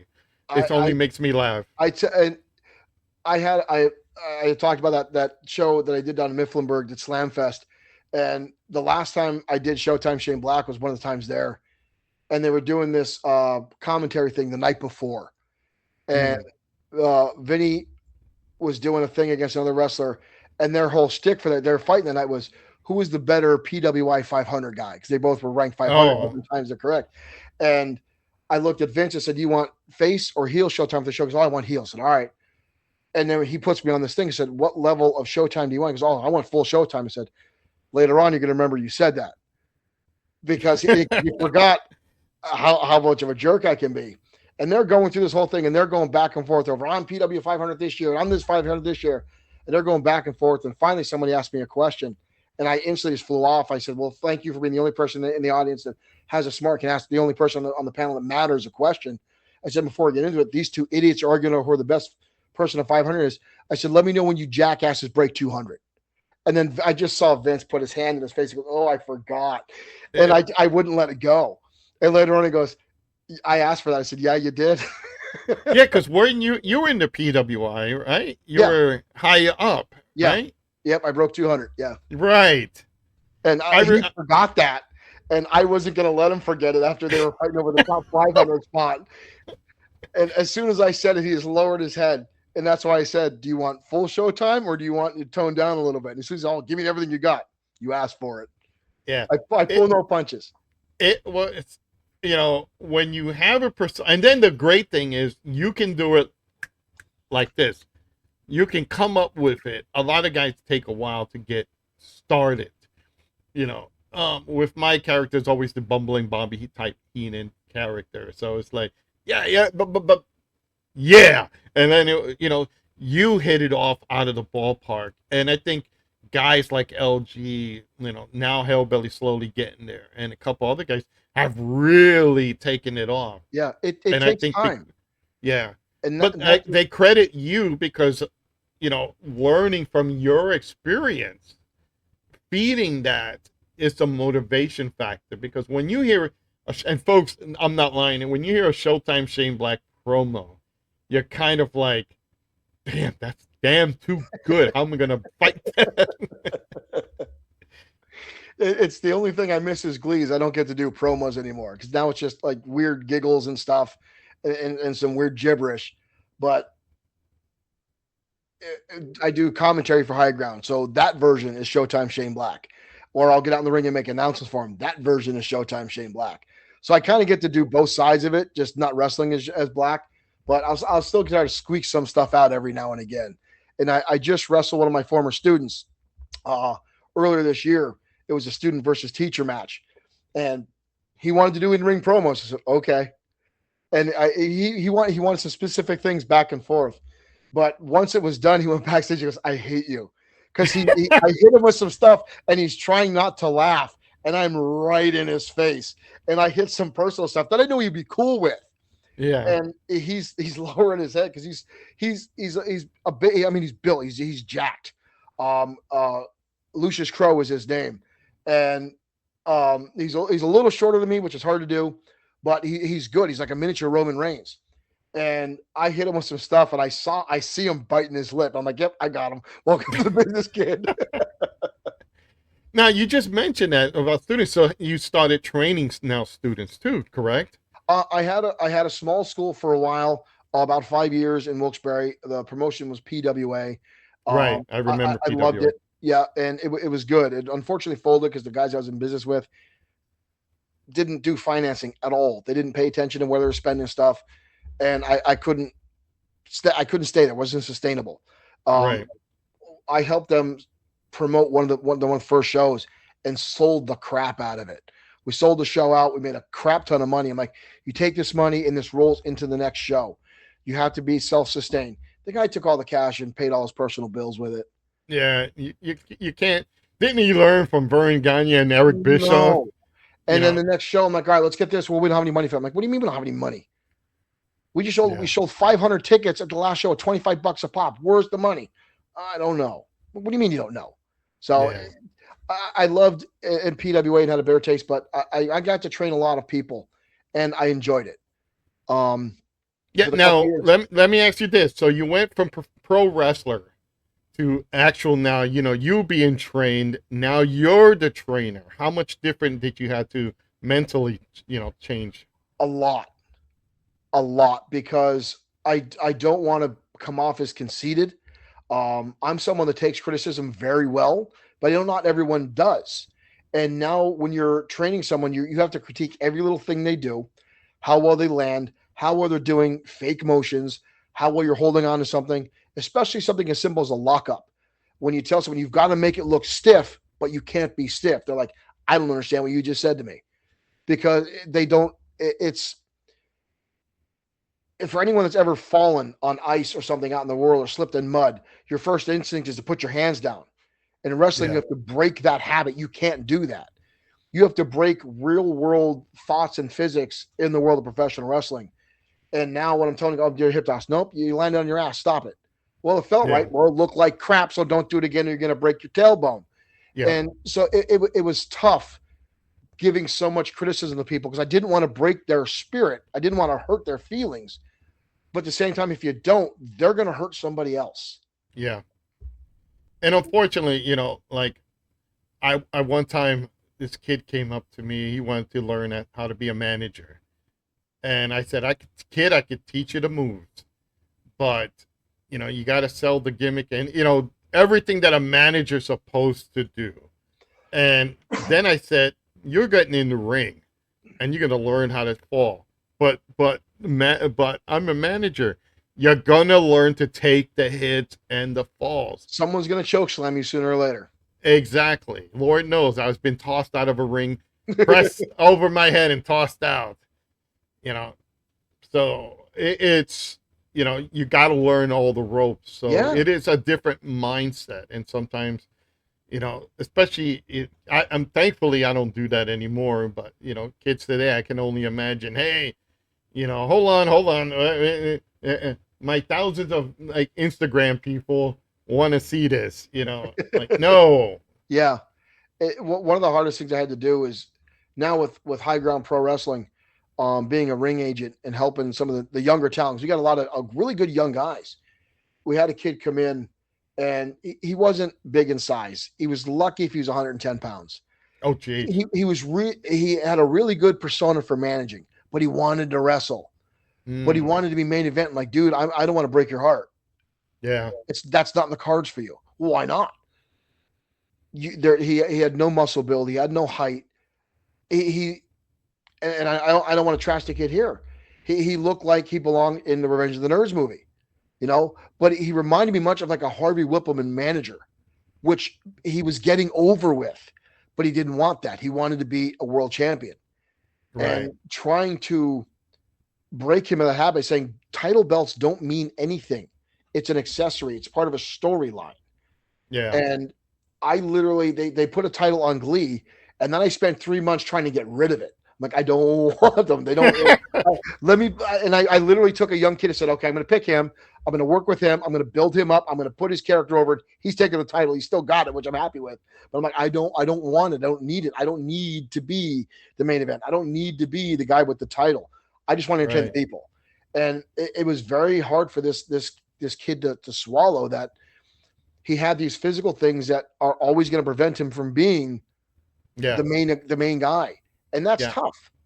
Yeah. And the thing is, I've had that scenario happen to me. No, not to me personally, but to another kid when I was running the real WWO.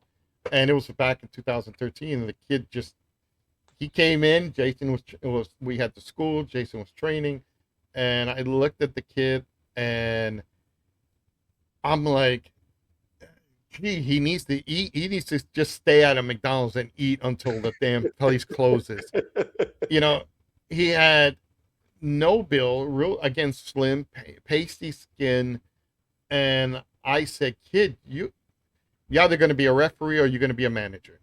I'm like, I can do something with you as a manager, and you're going to sell, right? Yeah. Again, same argument. No, everybody wants to be the next Rey Mysterio. That's great if you have some build. Even Ray had a build, Right. because Yeah. he had to. Yep. You know, he was taking punishments, and Billy Kidman and Hoovy and all these guys. You know, but this kid made Rey Mysterio look like Hulk Hogan. Oh. And he took one hit. I think they shot him in the ropes because he wanted to learn. He got tangled between the middle and the top rope. Oh. And he didn't know how to rebound. So he was flipping back. Thankfully, one of our big guys was outside, and he saw the kid coming, pushed him right back. And I'm like, and, then he took his first bump, and he looked like Steve Urkel lying in the middle of the ring, like, and I'm like, see? And then he learned, and he became a manager. I don't know whatever happened to him, but he did a couple of indie work, and then I think he went down to Florida. So, whatever happened. So that's the thing. It's not always about being main event or being just find your spot. Yeah. And I know with the character I'm running now, I don't ever want it to be main event, even though some of the fans are going to push it to that degree at some point, but that's not where it belongs. Right. Now, if the fans push it that much, great. I can make it work. But like I look at Danhausen, I look at Mr. Iguana, and that's kind of where I put Glee. It's the comedy relief. Yeah. And I don't see Danhausen ever winning a title, but he doesn't need it. He's over without it. Exactly. Mr. Iguana running around with his stuffed iguana, the stuffed lizard. It's great. Doesn't need a title. It's the entertainment factor. And some of these guys, especially nowadays, that's not part of the training anymore. It's not part of you're part of a show. You're not always going to be the main event. You're not always going to be the top guy. But find out where you are and be the best damn person you can be at whatever part of the card you're at. Right. That's gonna resonate with the fans. Yeah, hone your craft. Yes. Learn how to build your gimmick, and you know what? We've seen stranger things happen. The comedy relief guy like you went from comedy relief, not thinking anything of it. Now you're a champion. Sometimes the fans do get to pick how the thing goes. I'll give you a good example. When we came up with the joke of Cooper Potter. And this was like some 70-something-year-old guy, old. He made Captain Picard from Star Trek look like a beast. And all of a sudden, we did it as a joke because we needed a jobber. And this was for the EFED folks. So, we sold the thing, and nobody thought anything of it. We joked about it. Next thing you know, people are starting to cheer. Fans, the chats are coming up, Potter, whatever. Yeah. And it was like, what the hell? They're cheering for this. And then, did you know that TNA ripped that off? No. Yes, TNA had their own Cooper Potter.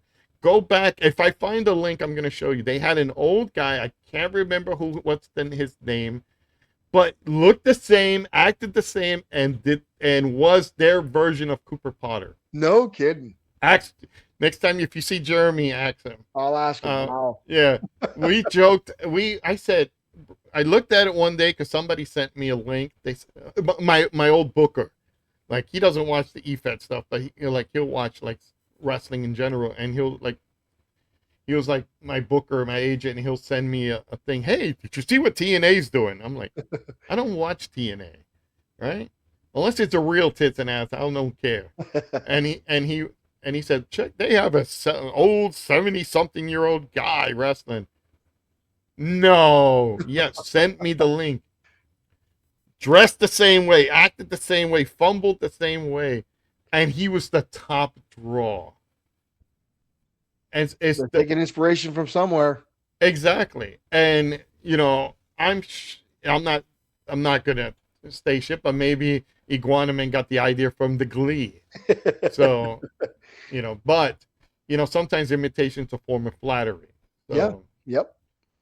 Yep. So one of the other things before I let you go, Shane, we're gonna finish this up. So here you are in a different EFED with us, and you're doing the story. I know you previously you were just doing promo versus promo. How was it like? Okay, we treated like I treated as a real wrestling company.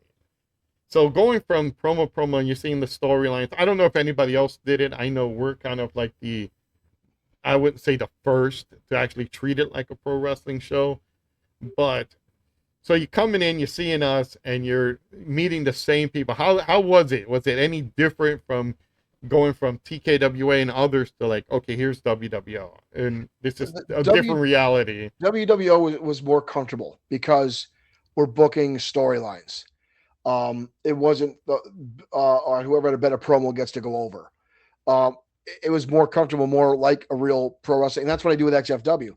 I'll write stuff out and book stuff ahead of time. The only thing I do different is I play all the matches live and Right. try to get the computer thing. And at the same time, I much like changing a finish in a match, which I'm sure you've seen before. Some guy's supposed to go over, the audience turns, you switch the script. Yeah. And I've done that in a match. I'm playing a guy I want to win, but my chat is going, "Oh my, they're cheering for this guy." I'm going to let the PC win because that's what the audience wanted at the time. Exactly. Switching from TKW to WWO was better because again, it was more in line with what made sense in my head. Sadly, I haven't been able to talk to those guys much. I've been so damn busy. I haven't done a promo for them in forever and a day. But it was more like the real wrestling world without being the real wrestling world. Right. And again, I love the moments, like we were banter with each other, and there, like I said, God damn it, he had to bring out, "Hey, I am not Paulie Dangerously son" or something like that, and it's like we would joke, and I would laugh because we would see the promos first, and we had to set them up in the proper lineup, and I would try not. I would say, "Hold on, I can't. I gotta start because I'm laughing." Then I'll have to do a quickie comeback, and then so it would be like Jeremy was like the either the Mike Tenay or the Gorilla Monsoon to the Bobby Heenan, and I love that chemistry, and I love that thing. So, but always going over, then having a storyline with you and LG for the world title was fun. Then I loved it. I remember I did not know anything about the Glee, the maniacal Glee. Shane says, and I bring it up to him, and I didn't even know. I bring him to, "Hey Shane, do you got this gimmick?" Because years ago, I'm throwing out on maybe 1985, shows you how old I am. Gentleman Chris Adams did the same thing. He wore a costume, a full body costume with mask. He was fighting Jimmy Garvin, and the gimmick was Garvin can beat anybody, and if this guy can beat him, you'll get a title shot of whatever Texas title he had. Here he goes. The mask guy does, he's getting his ass kicked. All of a sudden, a super kick. Jimmy goes down. The guy pins him. Next thing you know, the guy takes off the mask, and it's, Gentleman Chris Adams. So that was always my thing in WWE. I'm like, look, we can rehash this shit that no one's ever seen. Put it here. And when I went up to you and say, "Hey, you got a mask gimmick," and when you came out with the Glee, I'm like, holy shit. And he's actually doing the. Yeah, let's do this. Yep. I when I started again, I didn't think it would come out. I reached out to Mask Maniacs when I wanted to try the mask just to see if I can get it. And I sent them an image from the video from 2K22, I want to say it was, maybe it could be 19. So, "Can you make this?" Like, "Yeah, we can make that." And they sent it right back to me. I'm like, holy shit. And then I went out and just got some full body, it was like pedal bike racing stuff. That was just black and yellow at first. And it was close, but it wasn't what I wanted. And then I took video game screenshots and I emailed eLucha. "Can you do this? We can do this. It's going to be expensive." I said, "Give me the price." They sent me the price. I said, "I need this. Make it happen." They sent me back exactly what I designed from the game. So it's one for one. And I said, I never had any idea that would take off. And then my partner that we did a goofy 1960s theme song for the characters now. And then I started doing a lot of I take my own art now and I'll throw it into AI to clean it up a little bit. Because I used to be against AI and now I'm falling in love with it because it's just another art tool for me. And I'm starting to make Glee cartoons. And you gotta send me that. I gotta see this. I just did one the other day. It wasn't a Glee one, but just testing it out. And now, because you can only do, the short clips. So I got to piece everything together. But I did one of XFW to the biggest face and the biggest heel. It did like a 30-second match, quick thing, and it came out really well. So I'm like, all right, I need to see more, because I don't do promos in XFW. I'm going to try to Right. do them with this, if I can Yeah. piece them together and get some decent voices in. Right. Now, let me ask you a question. So, I seen the intro that you got for XFW. Is that the idea? Is that all? That's what you created? Yes. Oh, nice. I took all my artwork and I loaded up, and then you just keep toggling. Oh, change this, change this, change this. Right. And that new promo is what I put together through the whole thing. And I'm using more of that now to make more stuff. And I want to start getting it to start actually trying to integrate promos into it. Right. Like for me, I knew how to do the graphics and all that. My friend Monica, everybody knows her, Selena or Monica, whichever one. She got into the AI, making all her AI videos. Next thing I know is like, hey, can you show me how to do this? And she started showing me, hey, yeah, you use this, you do. Oh, this shit seems like for a whole shit process. And she would do like all these little movies, little short movies of Mandalorian and all this. And I'm like, I would like to do something like that. So the intro you see with me walking out, yeah, and all that, I actually learned how to do it, and I'm still perfecting it. But graphic wise and all that, that's why you see the Skulldron's Realm. yep. It's great. that's all. I mean, yeah, and it's funny because at the same time, and that folks, I was telling, I'm gonna switch it real quick. I'm gonna show you guys again the picture. I'm gonna show you the picture, then I'm gonna switch it right back.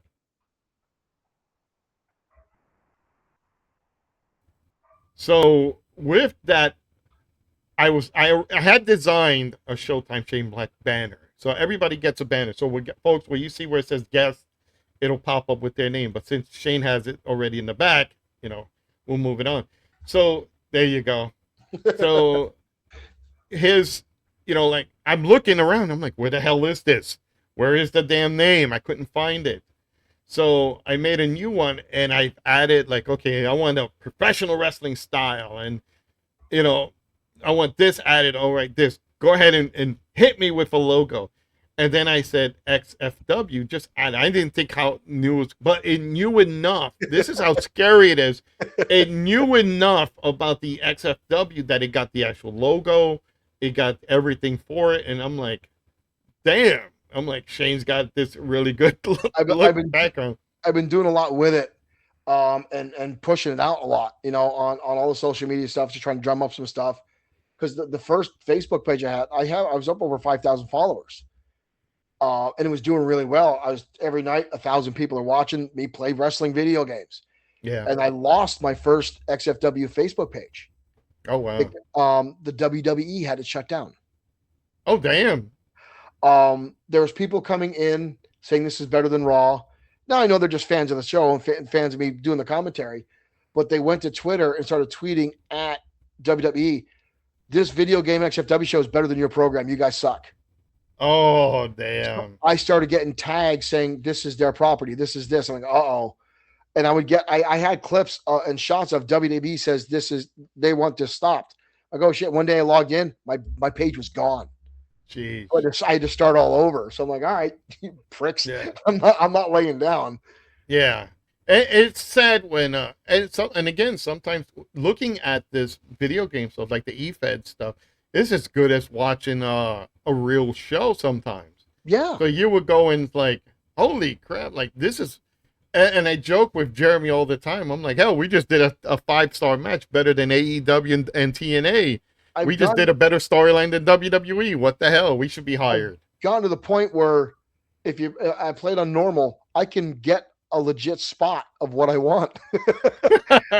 I can do the drop downs, this, and learning playing it so much, what move drops a guy where, and when I want the AI character to take over, especially if I'm playing a heel, I'm going to start posing until he walks up and takes over the match. Yeah. And a lot of people say, "Oh, this is better than watching on wrestling on TV." I'm like, great, I don't give a shit. Buy my shirt. Buy the merch. We used to scream. But it's the entertainment industry has changed so much. People, frown on AI. I don't agree with AI using it to make deep fakes to get someone in trouble. No. or doing stuff like that. But it's a useful tool. Like I sit back and I saw, hashtag Monica's Mayhem. I seen her do like these little um like Mandalorian, her dressed as a Mandalorian, or her doing cartoons or stuff like that. And I'm like, that's fucking cool. And people will watch her streaming just because Yeah. they're gonna see something. Now I start seeing like people like yourself doing these e-feds. The graphics from 2K26 are nice and sharp. You could do Yep. backstage skits with it. Add little AI. When you put stuff together like that, it does make look like a better product than the competition. And it's funny to say, but you are the competition to Yeah. these major companies who have multi-million dollars thrown into production. Same thing in Hollywood. There are people who are in Hollywood that are trying to get AI like kind of banned because I've seen people Yes. do Star Trek and Star Wars fanfics that are 10 times better than what these people are doing. I keep coming across now people making Transformer clips, Yes. and they're 10 times better than the Michael Bay stuff. That the original designs. I'm like, this looks amazing. Why isn't this what we're getting in major motion pictures? And this it's just some guy at home on a PC. Yeah, exactly. I Eh, did. Monica gave me like the template how to do. Like I always wanted to be a Sith Lord, so I got the lightsaber and I got the robe, so I put the picture up, and I'm like, okay, I took a picture, green screen it, my green screen comes down. Okay, this is what I want, right? And how can you simulate the lightsaber stuff? So I did my first one, and I was amazed on how clear and crisp it looks. And one yeah. person commented, then more people started commentating. It's on TikTok and Facebook. Just do the hashtag Skulldron. You'll see it. And cheap promotional. Um, it's and people saying this is better than Disney's Star Wars. So and it's like really holy shit. What they don't get is because the fans that are making it have more passion than some guy in a business suit Mm-hmm. at the picture studios. That's Yeah, what the difference is. and I think the other thing is, and we're not gonna. Three things I don't talk about on all my podcasts is is what is it? It's religion, politics, and the Great Pumpkin. So try to figure that out, folks, if you don't know what that's from. you know but you look at movies that are coming out and they're always pushing a political message or pushing this you Yeah. know it's like in your face, this is what we want you to take in your take. When a person does like like I saw one person did a transformer thing where Optimus Prime from the 80s, he's launching from just like in the cartoons, he's launching right off of a cliff, and I'm like, damn, that looks like a real tractor trailer flying on. And then all of a sudden it starts transforming. I'm like, yep, people are going to want that more than Yeah. spending tons of money. And I Um, know which one you're talking about because I've seen it, and you're right. yeah. And it looks like a regular looking, it looks so real. I thought it was a tractor trailer doing a stunt and they were just going to fling it right off Yeah. the cliff. And that's how good it is. And people pierce stuff together, and it doesn't take much, but once you learn that, you're going to have competition where people saying, you know what, I'd rather watch this than go to a theater and be told what to Yeah. like and And, dislike. and I'm torn on it because in some ways it's going to suck for actors because it's going to take some stuff away from actors because you can Yeah, generate a digital actor yeah, and you can do a lot with them. But at the same time, as someone been a graphic art design or graphic art designer, I was against AI till I said, "Well, yeah, let me see what it's about. It's just another art tool." right. And instead of having to brush something or stroke something, now you're typing exactly what you want. Nope, I got to correct this. Nope, I got to correct this. Mm-hmm. You're just it's just another tool, and you're just manipulating something else. Exactly. And you sit back and you watch and you look at all these things, and it's like it's so real and Yeah, compared to like what you already see. So people will gravitate to that if they see your show as entertaining. They will gravitate to that. If WWE is spending like a million years trying to get a promo over in the middle of the ring, you know they could tune in and see, oh, we got, yeah, it's two digital characters fighting, but the action, the story, the sequence, all it, this is all in there. yeah. And even now with our wrestling posters for the group that I'm working with right now, we do 2 posters for every show. One is the regular shots of the guys. The other one's AI generated for a little bit more a cartoonish look. There's a lot of Right. other promotions that are getting mad that we're using AI. I'm like, what do you care? Right. What does it matter? Like, oh, you need to use real images. We can use whatever the hell we want. And they don't even realize that WWE uses all AI for their SummerSlam and WrestleMania. Yeah. It's all AI. Exactly. And you could tell by, it looks sometimes cartoonish when they're posing and all that. Yeah. You They know, have their old photos. They load their old their B-roll stuff in there and just generate it. There's yep, nothing wrong with that. exactly. It is, it's a tool. Don't abuse it. Don't look to get somebody in trouble, Yeah. Don't try to but start Skynet. Let it go. yeah. Yeah, well, we start Skynet, we're in trouble. We are the Borg. That's like, oh, so you're just like the rest of the government. Oh, Yep. so, but Shane, before we go, I have to mention this, and I've seen it. I'm like, damn, I wish I had it. You have the A Team T-shirt on. First, yep, guys, you see that van? That man actually has that van. How did you come across putting that thing together? I think I've seen a couple of your clips. It's something I've always wanted. I grew up loving that show. Dating myself, I grew up in the 80s. I loved it. And I've always liked vans. And I had I had that cargo van that I had when I was in my wrestling days. And then I went on and got a more of a luxury van, or a conversion van as they call it. And I Right. love that thing till it got sideswiped or T-boned and bent in half. And I never had one Oh, since then. My wife does not like vans, and I kept saying, I want to do an AT van. She's like, get the hell out of here. You're mental. And after a couple of years, she finally said, just do whatever the hell you want. I don't care. Because she didn't think I'd get it. right. And then 2 weeks later, I found now it's not the initial year. The original van was in 1983. I got it in 1994. But I saw one down in Pittsburgh. I said, hey, we got to go for a ride Saturday. She goes, what do you mean? I said, I found a van. She goes, you're kidding me. I said, no, I'm not. I got it for $5,000. One owner came from California. They drove it out here, and it sat there. Wow. And I bought it, brought it back, and in about a year and a half, I took it from the white, ugly thing that it was and turned it into the 18 van.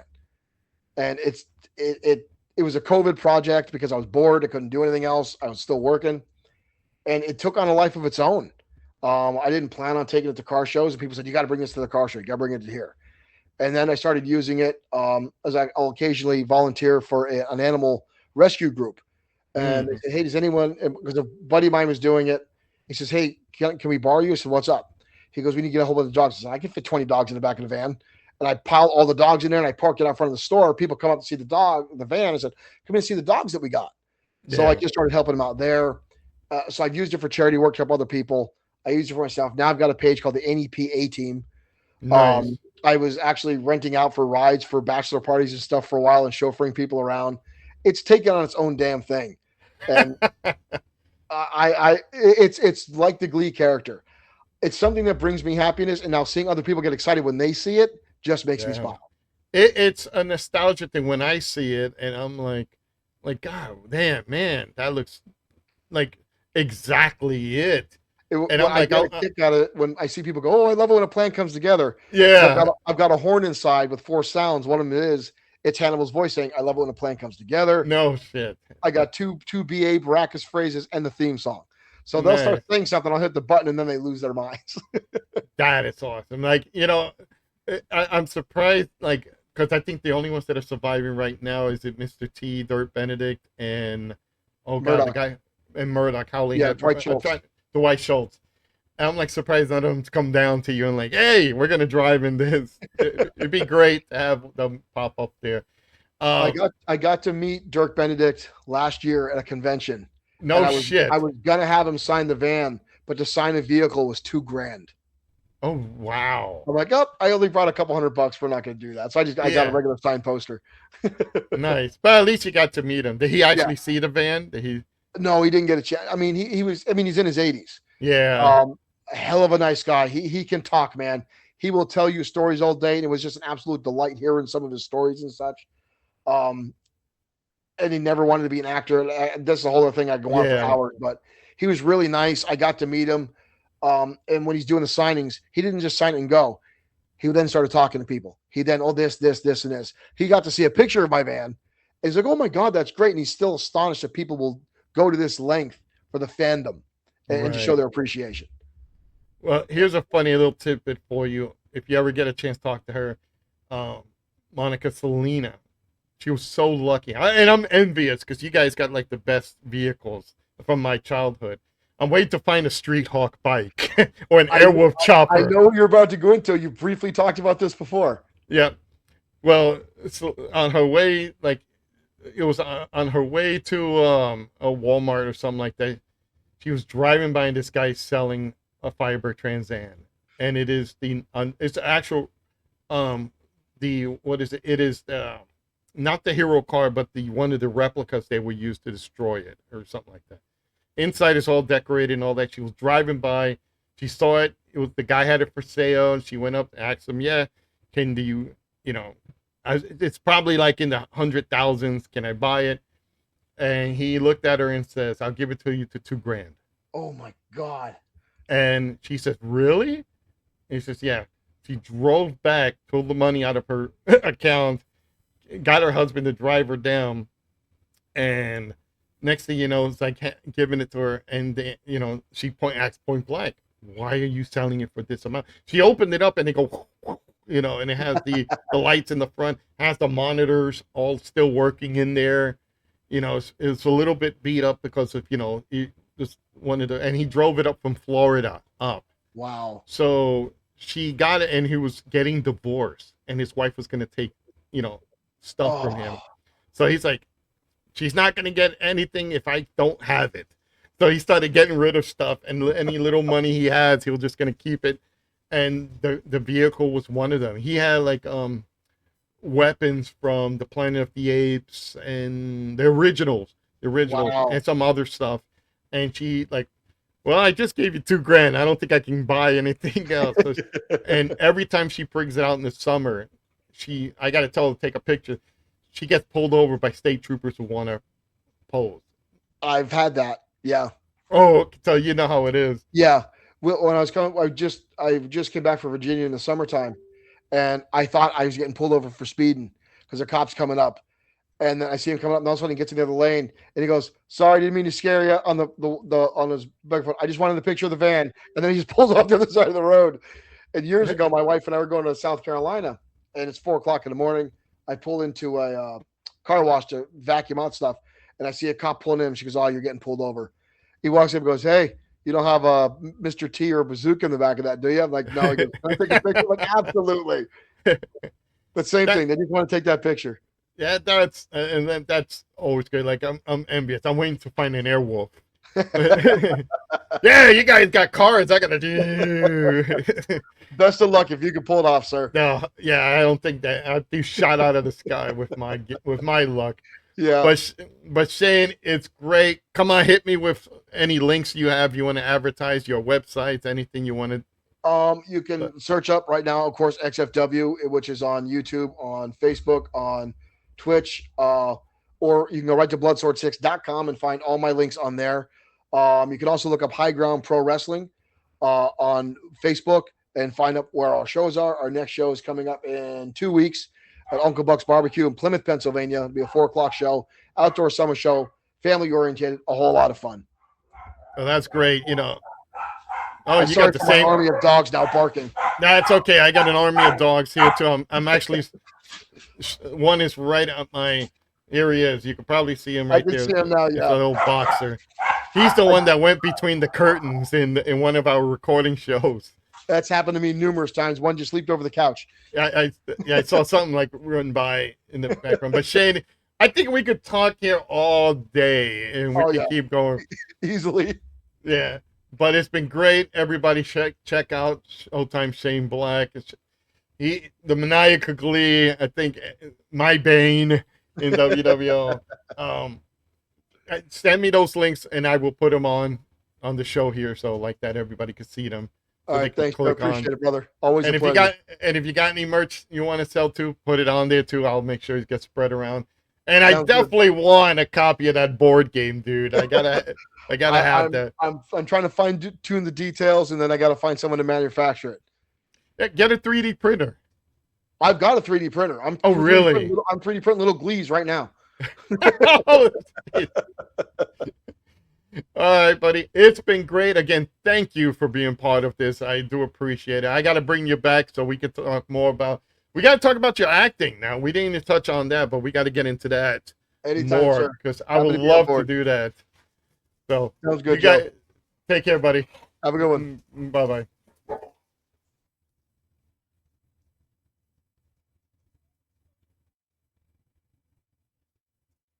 All right, everybody. That was Showtime Shane Black. Be back with another episode. If my dog's trying to eat me, we will be back with another episode of Turnbuckle Talk. It'll be next. My next guest will be Jeremy the Madman. So let's go. I'm gonna head off, and my dogs are going to be harassing me. Or they're gonna eat me right here. See you, folks.